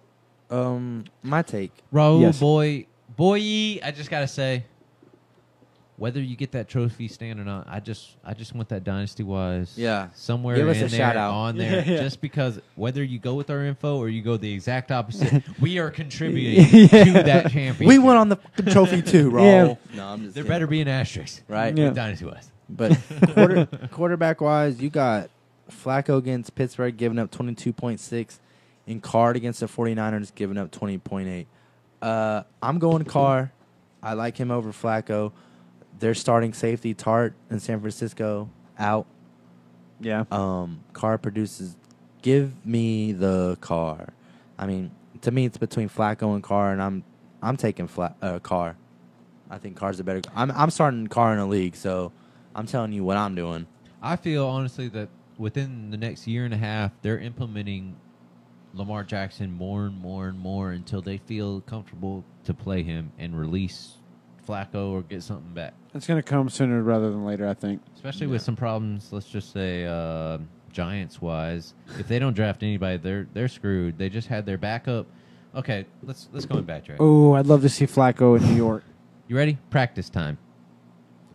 Eli Manning is told that he's going to have his day off to rest. And his backup quarterback is going to be coming in to practice and get a bunch of the reps and practice with the squad, right? Backup quarterback gets arrested on the way. Apparently, in the report somewhere, he tried to hit a cop with his vehicle. That's not good for him. Just not good for the Giants in general. They just did a big fire sale. They were trying to sell off their safety as well as Landon Collins, and nobody was really biting to what they were wanting. I feel like that's just a dumpster fire It is. there right now. Yeah. But let's go back to you drafted Saquon Barkley, what, 3rd overall, 2nd or whatever it was? Like everybody was saying, you need to draft a quarterback. Yeah, Saquon. Saquon's a freak. Philip Lindsay, undrafted, damn near producing the same. Woo! Saved me. Yeah. I'm going to believe you can find a running back in the later rounds. You needed a quarterback. Yeah, Baker was gone at 1, but Darnold was available. Rosen was available. Jack, you could have any quarterback. And I think Darnold, Baker was my number 1. Y'all know that. Anybody at dynastywise.com, give me the Baker. Article's up. Read it. Fully bakered. Yeah. And, yeah, fully bakered. Fully bakered. I forgot about that term you tried to create. Hey, don't hate. Don't hate. Hey, no. It just goes. It coincides with Chubb. Yeah, but Darnold was my 2nd quarterback, and I would have taken him in the top 5. You seen what he's done in New York? Yeah, with a decent, not that good of a team, and he's been okay. His rookie, he showed his rookiness and this and that, but as a Giants fan, yeah, you got Saquon. Running backs don't win you Super Bowls. They don't.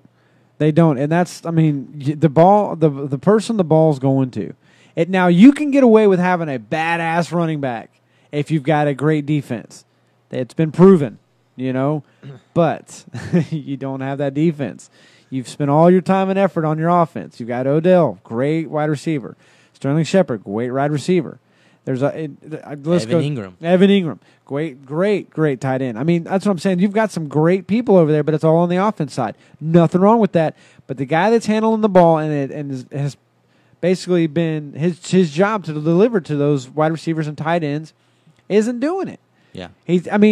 There's a reason why Eli is available in so many leagues because he's just downright awful. And yes, he's got a couple of rings, blah blah blah. Dude, the day is past. It's done. They should have moved on. They're honestly, I think almost every wide receiver, check that back. Every quarterback that came out in this draft is light years ahead of where Eli Manning is. Someone's loving us. It's Raul. Rahul. Boy. Yeah, get you some. We also showed love for some of his Raiders, so he's that's trying what to it show is. back. But I'm going to tell you right now, I don't hate the Raiders. Yeah. here's conflicting interest right now. You're showing all this love. We're talking about Carr. Get it. Carr might not be a Raider in the next 2 years. That's what scares The me biggest too. thing is the money factor is Yeah. a big thing. Yeah. Not how much they're paying him, but the way that Gruden's going right now, he's on his own mission. If you trade Derek Carr, you better be sure what quarterback you're bringing in. Yeah, you You better. better get something big in return. There better be a big in return. There better be a big damn plan in place, because if you don't have that, you're talking about a 10-year. I mean, yes, I know he's got 10 years, but I feel like you've got it in Derek Carr. You've got your franchise quarterback. I think Clayton, you mentioned earlier, or one of you gentlemen did. Yeah. That it takes. You don't have that. You don't have the franchise quarterback. Those are hard to find. Derek Carr is that. I think you can fill in the spaces with a wide receiver. Oh no. What did we do? Talk about the car trade. I'm not for trading. I Carr. no, dude. That's what we're. Wait, boy, before you run off, dude. I don't. But I want to let you know that we want you to keep Carr. I've got another good friend of mine that, he's in the South Carolina area. He's a big Raiders guy. I go to him a lot because he loves the Raiders. I actually like the Raiders, and I want Carr to stay there. I just don't know if Gruden. All right, listen, Gruden I'm scares gonna tell you me, right man. now, I'm still a little salty. I'm still a little salty. We took Ciafiello over Derek Carr over here in the Texans organization. So I'm just telling you right now, I'm still a little salty of what we missed out. Yes, we got D-Dub 4. Yeah, yes, of course, but at the time we wouldn't have had D-Dub at that time. If we at would've that had time, Carr. I was Carr. He was available. Dumbass. That's why Rick Smith is gone. A big problem with that was his dad. Yeah, that's what they say. But like I'm saying, I'm a big Derek Carr fan, and you can't we love you, Ro. Yeah, we legit love you. That's man. awesome, man. But if you're gonna trade Derek Carr, how are you gonna explain to your fan base that that's the right move? Yeah, you can't. There's no way. We'll take Boye as an example. Can you explain to him that it's like, hey, we're trading Carr? I mean, do you see that honestly happening? Get you. My bad. Keep talking, Pat. Okay. Anyways, I mean, you've got your fan base of Raul, who's apparently die hard, through sickness and health, and that's cool. I respect it. It's just I don't feel like that the Oakland Raiders could give you a good enough answer unless it's like, hey, we're going to get 5, 10 first-round picks for it, and just completely rebuild, because you're talking about a lot longer of a rebuild then. Yeah. Because you've got your franchise quarterback now. Right now, you just need to bring in the moving piece. You need that pass rusher, obviously, and then you've got to get some running back. I mean, there's a lot of things you got to move in, and you got to start going a little bit younger with wide receivers, which there's some decent ones coming out. But yeah, it's not too bad. But they're giving Gruden a hard time about the Mac trade. But at the end of the day, the money he wanted, I almost would take the 2 first-round draft picks. I mean, Raiders, if they don't turn it around, where you're gonna be picking top of the draft. Give me some Ed Oliver out of the U of H. Bro, if you don't know about Ed Oliver, go watch the tape. Watch the tape, UH. Just saying, that's probably gonna be my number 2 or 3 defensive player coming out in the draft. You'll have to figure out who my number 1 is. Some people are trying to say Baby Bosa, but he's been injured, bro. Exactly. Give me Ed Oliver, dude. But that's just the H-time showing through and through. That'll happen big time. But hey, I'm gonna tell you right now, fuck the H-Town. I love the H-Town. Fuck the H-Town. Ed Oliver, that's loyalty. Yeah. He had the chance to go anywhere he wanted in the whole National League. I mean, in the whole NCAA. He could go anywhere he wanted. He decided, I'm staying in my career, U of H. Respect. Respect. Yeah, not to mention Baby Bosa got injured. And he's like, I'm not going to play I'm going to get ready for the draft. Yes. That's a bitch move. It's a whole ass move, man. I mean, it's smart and it's not, especially the way that Le'Veon Bell's changing the game right now. He is. I think he's got all until week 13ish. He's got all the. He's got to repeat by. No, wait. What is it? Week 10. November 13th is the exact date that he has to sign his contract. Yeah. If he don't report for week 10, he doesn't get credit for. A lot of people don't know this. Steelers, as much as they wanted to trade him or whatever the fuck, do what you can now to trade, get what you can. They couldn't. Until he signed that thing, he has all the leverage in the world, and he continued to ride with that leverage. Until he signed that contract, they couldn't trade him. They couldn't even talk to other organizations about the trade. Yep. Yeah, he's.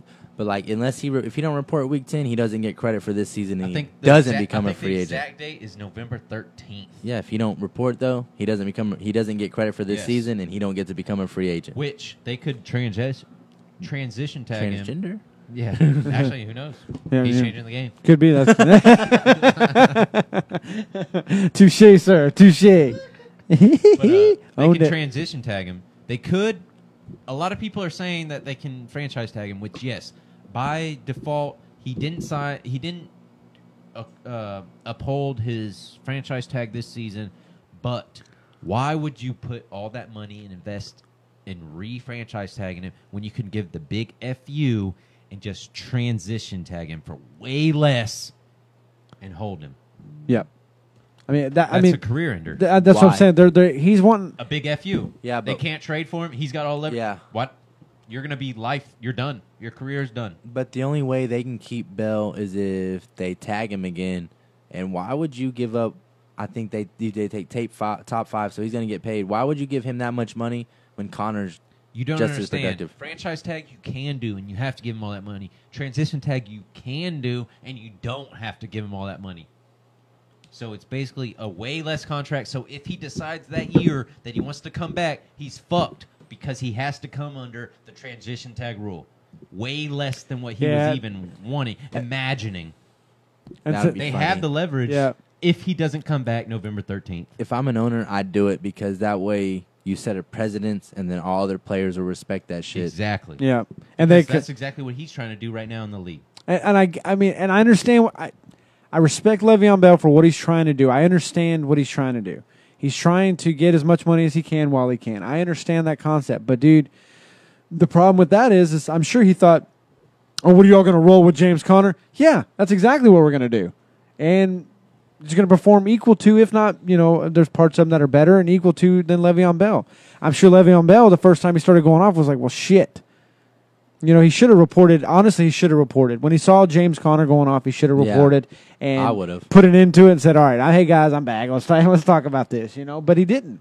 And now he's put himself, he's vulnerable here. Yeah, James Conner basically was like, I'm he here to showed work. why the running back position is devalued. Yep. That's exactly what. I'll be honest with you. I got a bigger one. What? Undrafted free agent. Undrafted rookie. Philip Lindsay. Yeah. Showing that how much You want to talk that puts undrafted? in. Arian Foster. Ooh, Yeah. that was third stringer for Yeah. years and years and years. Terrell Davis was a 6th-round draft pick. Terrell Davis made Hey, his off of sixth-round special draft pick. teams. Yeah. The GOAT was a 6th-round All right. draft Yeah. pick. Hey, there we go. There's a question right there. I'm not expecting y'all to have an answer, but just something for Oh, I got answers. for discussion pieces. What's up? Aaron Foster had a couple good years. Yeah. Do y'all think that's the possibility with Philip Lindsay? Just a couple good years. I know it's early in his No. career, blah blah blah blah. But No, dude. He's a little guy. Yeah, he's like And 5'8". the way he runs, Yeah. he runs like a big back. I He saw him runs get. headstrong and just straight north-south. He gets He's popped a getting lot it. hard.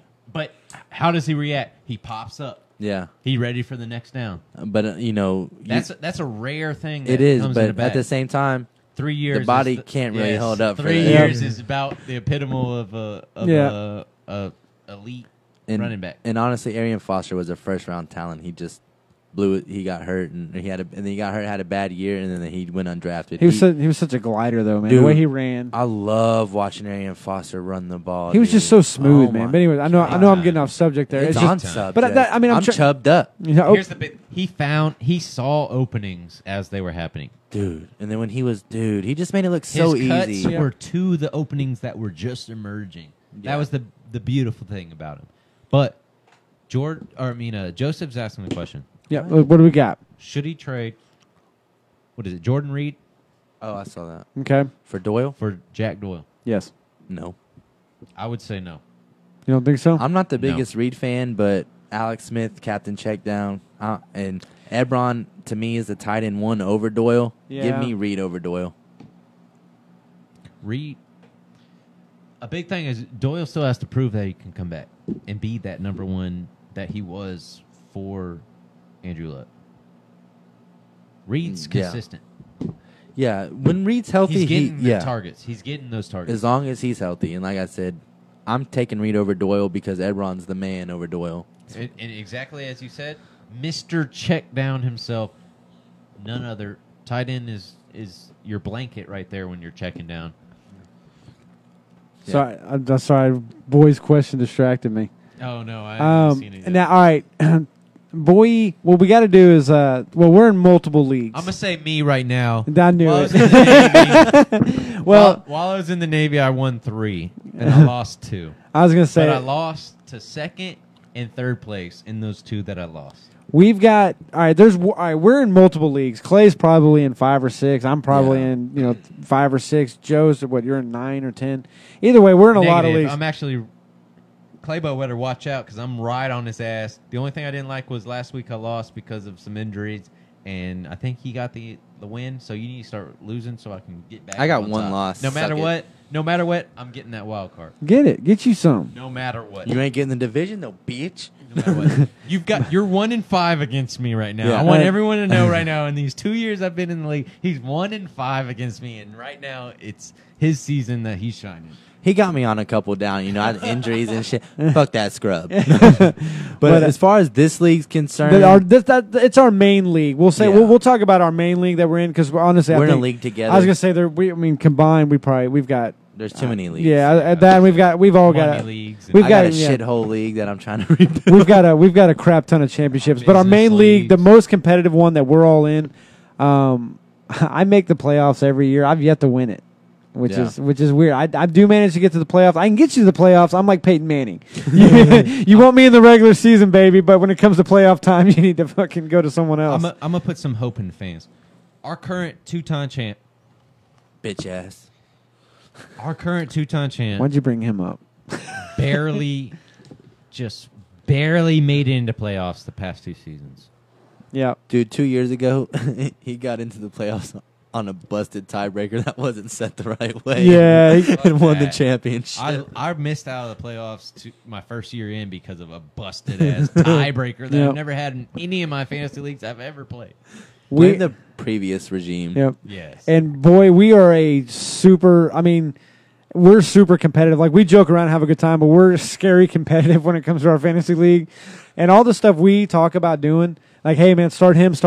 One of us is going to own some of those players, and we're not going to recommend something that we're not going to do ourselves. So if you ask a question or advice on a player, we're going to tell you exactly what we're going to do that week. And if we get screwed, or if you get screwed, we get screwed right along with you. That's what we tell a lot of people. Most of the time I'm starting someone, on that same way, but it is what it is. But as far as our Dynasty League, these guys don't have a championship in the same league we're in, and I do. That's some bitch. Oh, That's some Raul, we'll get to that. I love what you just said right there. I'm going to stick to that. I love that. But Raul also said earlier he thought Reed would be he thought Reed would succeed more with Smith as Mr. Checkdown, and he feels disappointed that he has Reed. Oh, dude. I don't know what the hell it is with this guy, but every time he gets on, I like him more and more. I mean, hey, that's a bullshit comment, boy. But You ready for the bullshit? but it's dead Raul on. Boy just described it dead on. That Patrick, the CEO of Dynasty-Wise, a.k.a. Mr. Patu, he is The Andy Reid. the Andy Reid of our fantasy league. That's the shit, dude. I love it. That is I hands down. fucking love it. I'm taking a shot on that. Dude, I pick up a new fucking nickname Yeah. every damn week, Pour dude. that. Penicillin Pat's now Andy Reid of I was just fantasy really football. starting to like being called Penny. I thought that was cool, man. Oh shit, dude, that's Raul, that's badass. Raul, do me a favor. DM us your address. I got a shirt for you, man. Yeah, we're gonna send you one, Boy, brother. Yeah, we gotta get you a shirt.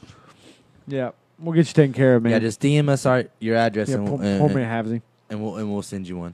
Yeah.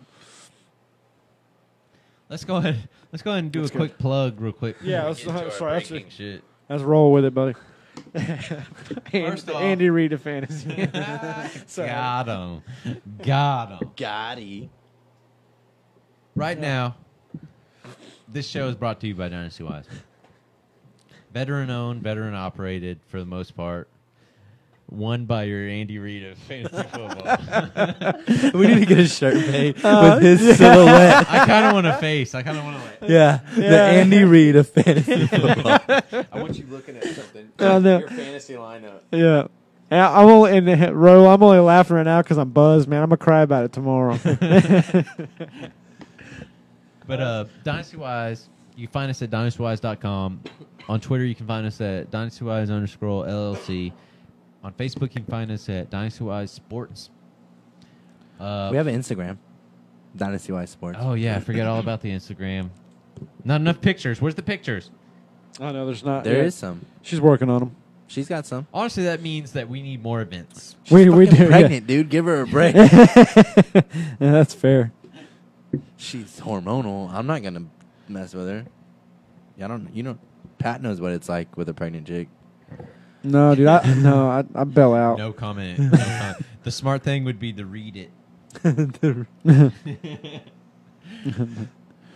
Sorry, I'll tell you right now, I'm sharing the. notable wide receivers that are battling injury this week coming up. Torrey Smith with a knee injury. Cut him. Robbie fucking Anderson. That's your boy, dude. Ankle. Honestly, I'm going to tell you right now, I got a little secret, little conspiracy of why Robbie Anderson isn't producing. Originally, when he got arrested, he said some disrespectful things to the police officer that I feel like he is actually doing on the side now, because that's the only explanation of why he's not putting up the fantasy points that he was last year. But I'm not gonna digress into that. It involves the officer's wife. Yes, and effing. Fornication. Allen Robinson, who we brought up earlier. He's dealing with the groin injury, which we said previously. Oh, how fitting! Yeah, that's a nice. Was that a groin and hammy injuries? We feel that they're lingering injuries that you should really monitor. Quincy Enunwa, he's battling an ankle injury. Cooper Kupp, he's battling a knee injury. Kiki Kiki, can you stay healthy? Yeah, for real. He's battling hamstring injury, but with Demaryius Thomas, he's going to have to come in and do some work when he comes back healthy if Fuller doesn't come back before him. But Pierre Garçon, who they wanted to trade big time, he's dealing with a shoulder injury. I believe he was dealing with more than that, actually, but I don't have the actual report. I believe he's dealing with a ankle and calf injury. Somebody was. Yeah. I'm going to Don't question quote me on that. I'm going to question the Achilles I'm quoting But it. I want to go back real quick to the Quincy Enunwa. He's let me down. That matchup right there, it probably has, I'm going to stamp it right now, the most injuries or things to watch in a game throughout all the season. Between them and who are they playing? Hold on. The Jets. Yeah, Jets. They're and dealing with Dolphins. so Jets. many questionables and so many people that are out. It's just a long list. Yeah. Is Tannehill still out? Tannehill still out?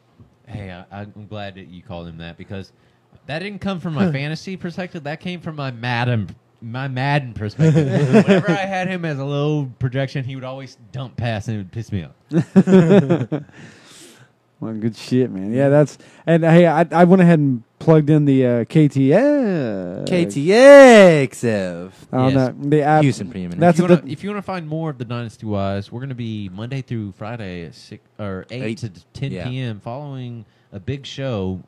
Details coming soon. Yes, sir. But we're going to be following up that big show from 8 to 10 p.m. Monday through Friday, and then 6 to 10? 6 to 9. 6 to 9, yeah. 6 a.m. to get your early fantasy football predictions Saturday and Sunday. We're going to be live, ready for y'all. So go ahead and get on that throne and tune in. Yeah. While you're taking that morning dump, listen. Yeah. Yeah. He's got this shirt, man. Ooh. Yeah. And I've got another shirt. It's not the one I'm currently wearing because we're twinning right now. But it's the Tinker Stinker. Yeah. We all know that's what y'all doing. The Yes. Tinker Stinker. What you're tinkering on your lineup and looking at waiver wires and everything when you're sitting on the porcelain throne. All bullshit aside, that's exactly where I Exactly. adjust all 100 of my leagues. I'm telling Actually, give me a second. I'm gonna make a move. It's seriously, it ain't no bullshit, man. And for those, looking at the shirt, it says where championships are made. We got to make sure I highlight it. as long as you're tuning into Dynasty Wise and looking at our stuff, that's where your championships are really made. I guarantee you, honestly, I think from our viewers, 85% of our viewers, I did the statistical, and all that. 85% of viewers watch our videos from the porcelain throne. I believe it. I do. I mean, the I research may is say- there. I The feel research- that's a little low. Pump them numbers up. Yeah, those are rookie numbers. Come on, We need to get come those on, numbers guys. up. Come on, guys. Y'all are better than this. Start sitting on the throne and tune in. From now on, take us to your bathroom. Start syncing in your dump time with our podcast time. Yep. All right. No doubt. First off, Let's take a before shot. let's Let's take a do shot. that. Then I want to point out some notable wide receivers that are battling injury that you need to. Actually, no. Point 'em notable out. IDP players that are battling Hit injury. them. Hit them for our First, shot. shot. Dynasty-wise, Houston preeminence. Boy.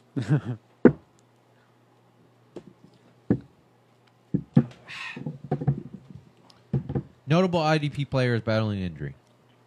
Number one, I'm going to say right now, Anthony Hitchens.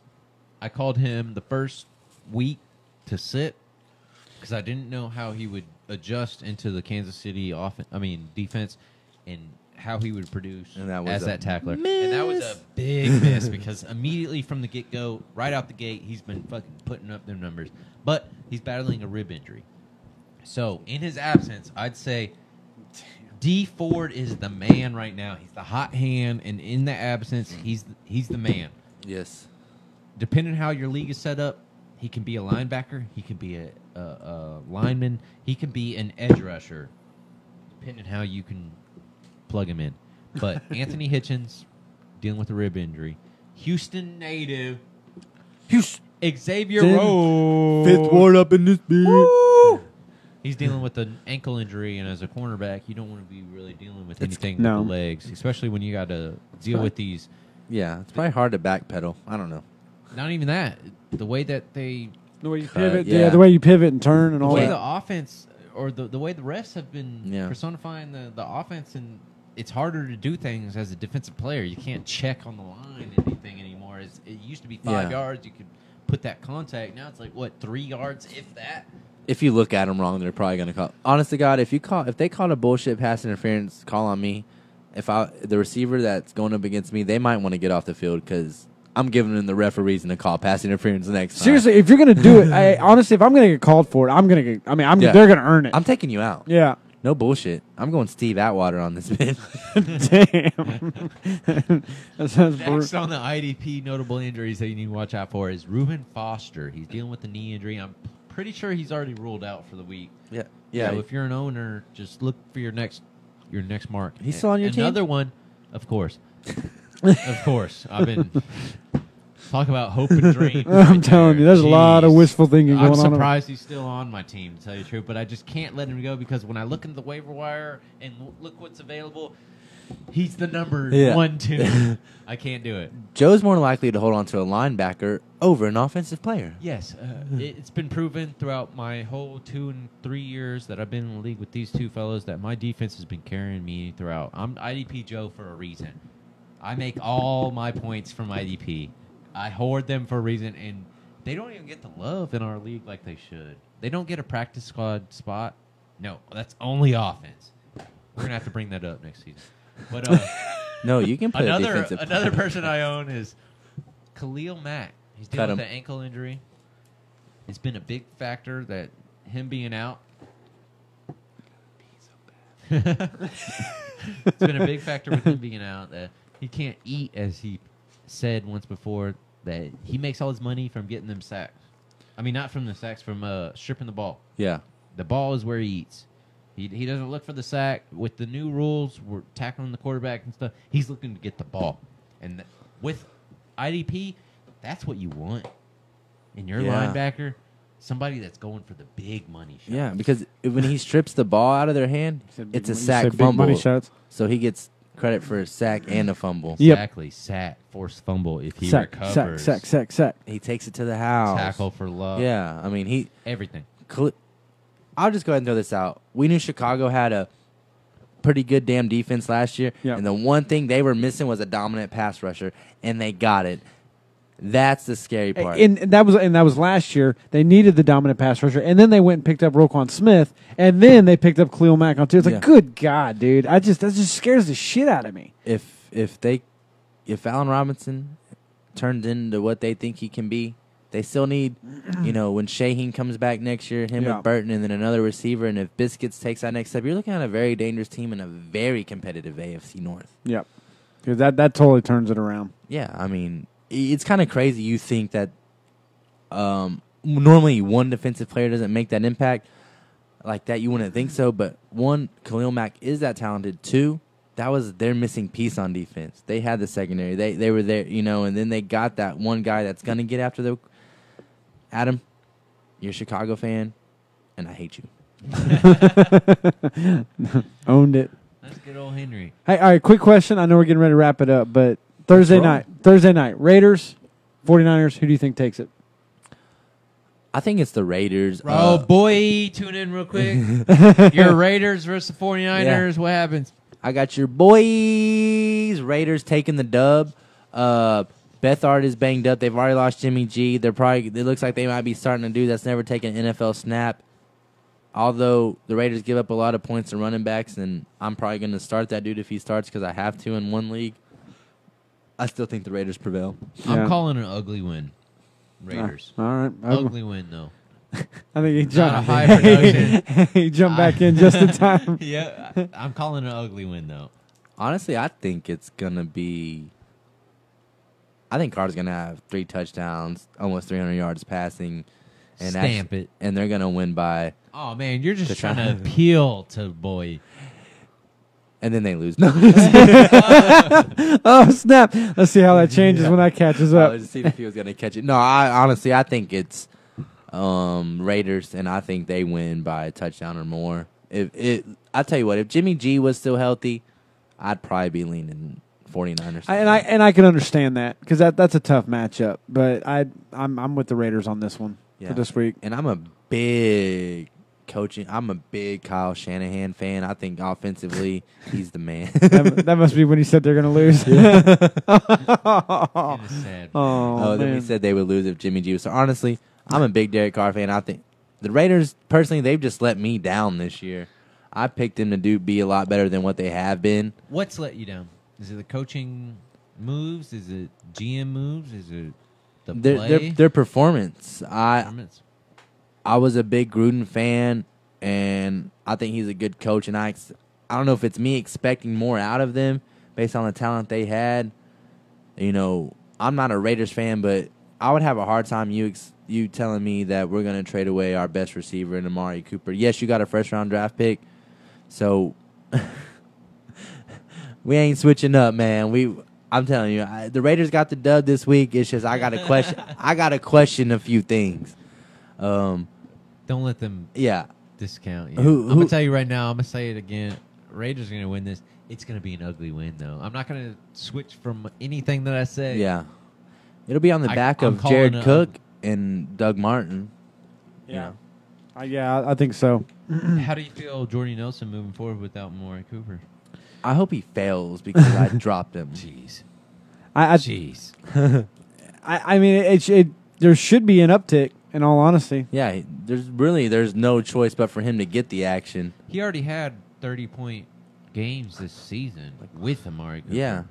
Was that 1 or 2 times? But then he had 1.8 points last week. So the consistency is in there, but now that Amari Cooper's gone, he's going to be the one that they rely on. Yeah, he has to be. Him and Cook. Yeah, him and Cook, and they're going to run the ball with Doug Martin and Jalen Richard. And we know going into the draft, the Raiders are looking at pass rusher and wide receiver. Yeah. That's exactly it. What? All right, well, you want to take us out? Before we take us out, though, just one thing. Actually, you want to go ahead and jump that real quick? The LaFell? Yeah, go ahead and do it. Go ahead, bub. LaFell, another Houston guy, straight out of the H-Town. So, we got love for him. The opportunity there for him, but I don't know what's going to go on. So, I believe his team's on a bye. Where is he right now? Is it not the Bengals? No, I think he's on the Raiders out there. Oh, yeah, you're right. Yeah, because they are. Yeah. He's like the 4th person right now. LaFell. Didn't he go to like number 2 or 3 now? Like, I mean, he had to go up. I mean, No, but that's I'm talking true, about though. right now. He's like the third, Yeah. fourth person right now on Yeah. the depth chart. Yeah. Right. I mean, he could. I mean, LaFell has shown flashes, but he's never been consistent enough to be that guy. But we'll show him love because he's H-Town. Before Yeah. we break out, though, we want to introduce our sponsors again one more time. But first, if you're tuning in, bye weeks. Bye week. There's Yeah. a lot of them this week. Yeah, we're gonna Cardinals, hit Bengals, Colts, Jaguars, Giants, and Eagles. If you have anybody starting on the team, sit them. Put that graphic back up. It's coming up. Oh, okay. Yeah. I can't see. We're on a delay. It's yeah, guys, gals, fantasy players, pay attention to the bye weeks. I know sometimes they'll slip up, and that's the quickest way for people to start talking shit about you in your league. Is if you have someone on bye and you don't fix it, get on the waiver wires. Shoot us your questions. You get on the waiver wires. Let us know your top 3, 4 choices, and we'll try to help you along the way. Yeah. That Saturdays are getting a little bit late though, but you can send it to us on Facebook as well. And we're usually pretty Yeah. good about responding, or Twitter. A lot of times, hey, we've got some folks in the inner workings as well. Make sure we can plug them out and hopefully get some info from them as well. I'm actually known as an asshole in our league with the... Not just in our league. Okay, outside of the league too. But I'm actually known as an asshole when it comes to the fantasy perspective because I look for those bye weeks. That's usually the time that people feel safe that they can maybe drop a player, Yes. pick somebody up, I love and it. just hope that they come back next. Yeah. And I just capitalize on that every season. I get players from people thinking that they're going to be there the next week. Yeah. Yeah, you just sneak in there. You snake them, man. Yeah. What's the term for that? Is there a term for that? Yeah, they're dumb and you're not. All right, that's fun. But we're gonna coin the phrase. You just got snaked. Yeah. because Just that's got it. wised. Yeah, you just got wise. That's Oh. it. I like it, Joe. I like it. You just got wise. Don't worry, Robert. We will add you, my man. We will get to it. We love your interaction, man. We trust me. It's been great, man. You don't go unnoticed. We're No, actually going to be raffling either a spot or two. We're going to start a whole Dynasty-wise IDP league next season, courtesy of Dynasty-wise. We're going to have a bunch of people coming in that are startup IDP players that don't really know about the individual defensive players or individual defensive positions, depending on how your league goes about it. Yeah. And we're going to be doing a startup. So, And we want a lot of you're, fans. You're really definitely on our top thing. Yeah. You're probably going to get an invite, but we're going to be raffling off 2 spots for that league. It's going to be a 12-man league.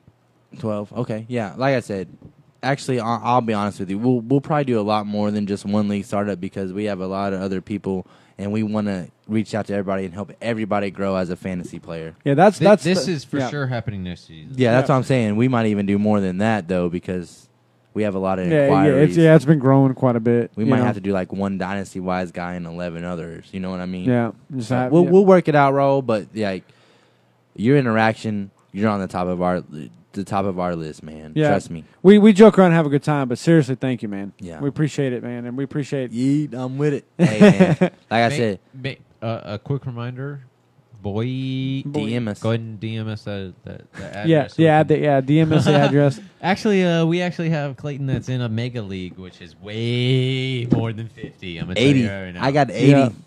I'm in an 80. But I like the 50-man league, and we might actually do something like that as well. But if we do it, it's going to be some money goes to charity. That's just how we do it. We love giving back, veterans especially. We love America and our veterans and what they do, homeless, and we're going to do all that, man. So don't worry, Ro. As long as you keep tuning in, man, we got your back as long as you got our back. Love it. Just don't forget to DM us your address, man. I told you, I got a shirt, and I might even have a little stress reliever football for you. Yeah. Ooh, See if we can go one. it's in I it. got one in my But truck. go ahead. Do you? Yeah. All right, yeah, that'd be cool. If you want to follow us on Facebook, it's fine. It's Dynasty-wise Sports. If you want to follow us on the Twitter, it's Dynasty-wise_LLC. Instagram is Dynasty-wise Sports as well. Yep. And you can follow me personally on Twitter at DynastyWiseClay. And I actually agree with what Raul said earlier. How y'all going to cut his boy Clayton out like that when you put up a graphic? Oh, snap. It just happens to be whoever's sitting on that side. I'm the ugly one. No worry. Yeah. No worry. We're trying to go we try to go the most appealing and the best mugs in the scene at all times. So we got to cut them out every once in a while. That's why we're going Me radio. myself too. I'm too good, Raul, so they try to take me out. That's why we're going radio. KTXF. KTXF. Download the TuneIn app so you can find us 8 to 10 p.m. and then Saturdays and Sundays 6 to 9 a.m. This Dynasty. has been a big production from Dynasty Wise Fantasy Football. Dynasty Wise on KTXF. Yeah, it's been real, man. We love it, Raul. #1 fan. We appreciate you. Don't worry, Patu doesn't take it as anything. No, it's dude. all Hey, love, man. Hey, dude, that was great. Honestly, dude, that was spot on because that's how I feel sometimes, man. Hey, man, you can't. It's fantasy football, brother. You can't take it too serious. I enjoy it. It's I gotta love. say right now, though, make sure to download the TuneIn app and find us on KTXF because our first live radio station is happening tomorrow. Yep. From 8 to 10. And we're they're going all to be holding the 2-hour slot. Usually we try and aim about 1 hour and 30 minutes. Today we just went into 2 hours and 24 minutes. We're pushing right now just to practice for tomorrow's live event. Yep. Get ready because we're going to be showing every little aspect that Dynasty Wise has to offer, from baseball to fantasy football to combative sports with your host, Renee Joe. Yeah. Awesome. Yeah, we're not. It's not going to be fantasy football dominant tomorrow, but Raul, we do expect you to tune in. Everybody get the double thumbs up before I close it out. You ready? All right, man. Hey, thanks for tuning Dynasty in, Wise, everybody. Dynasty Wise out. And we're out. Dynasty Wise.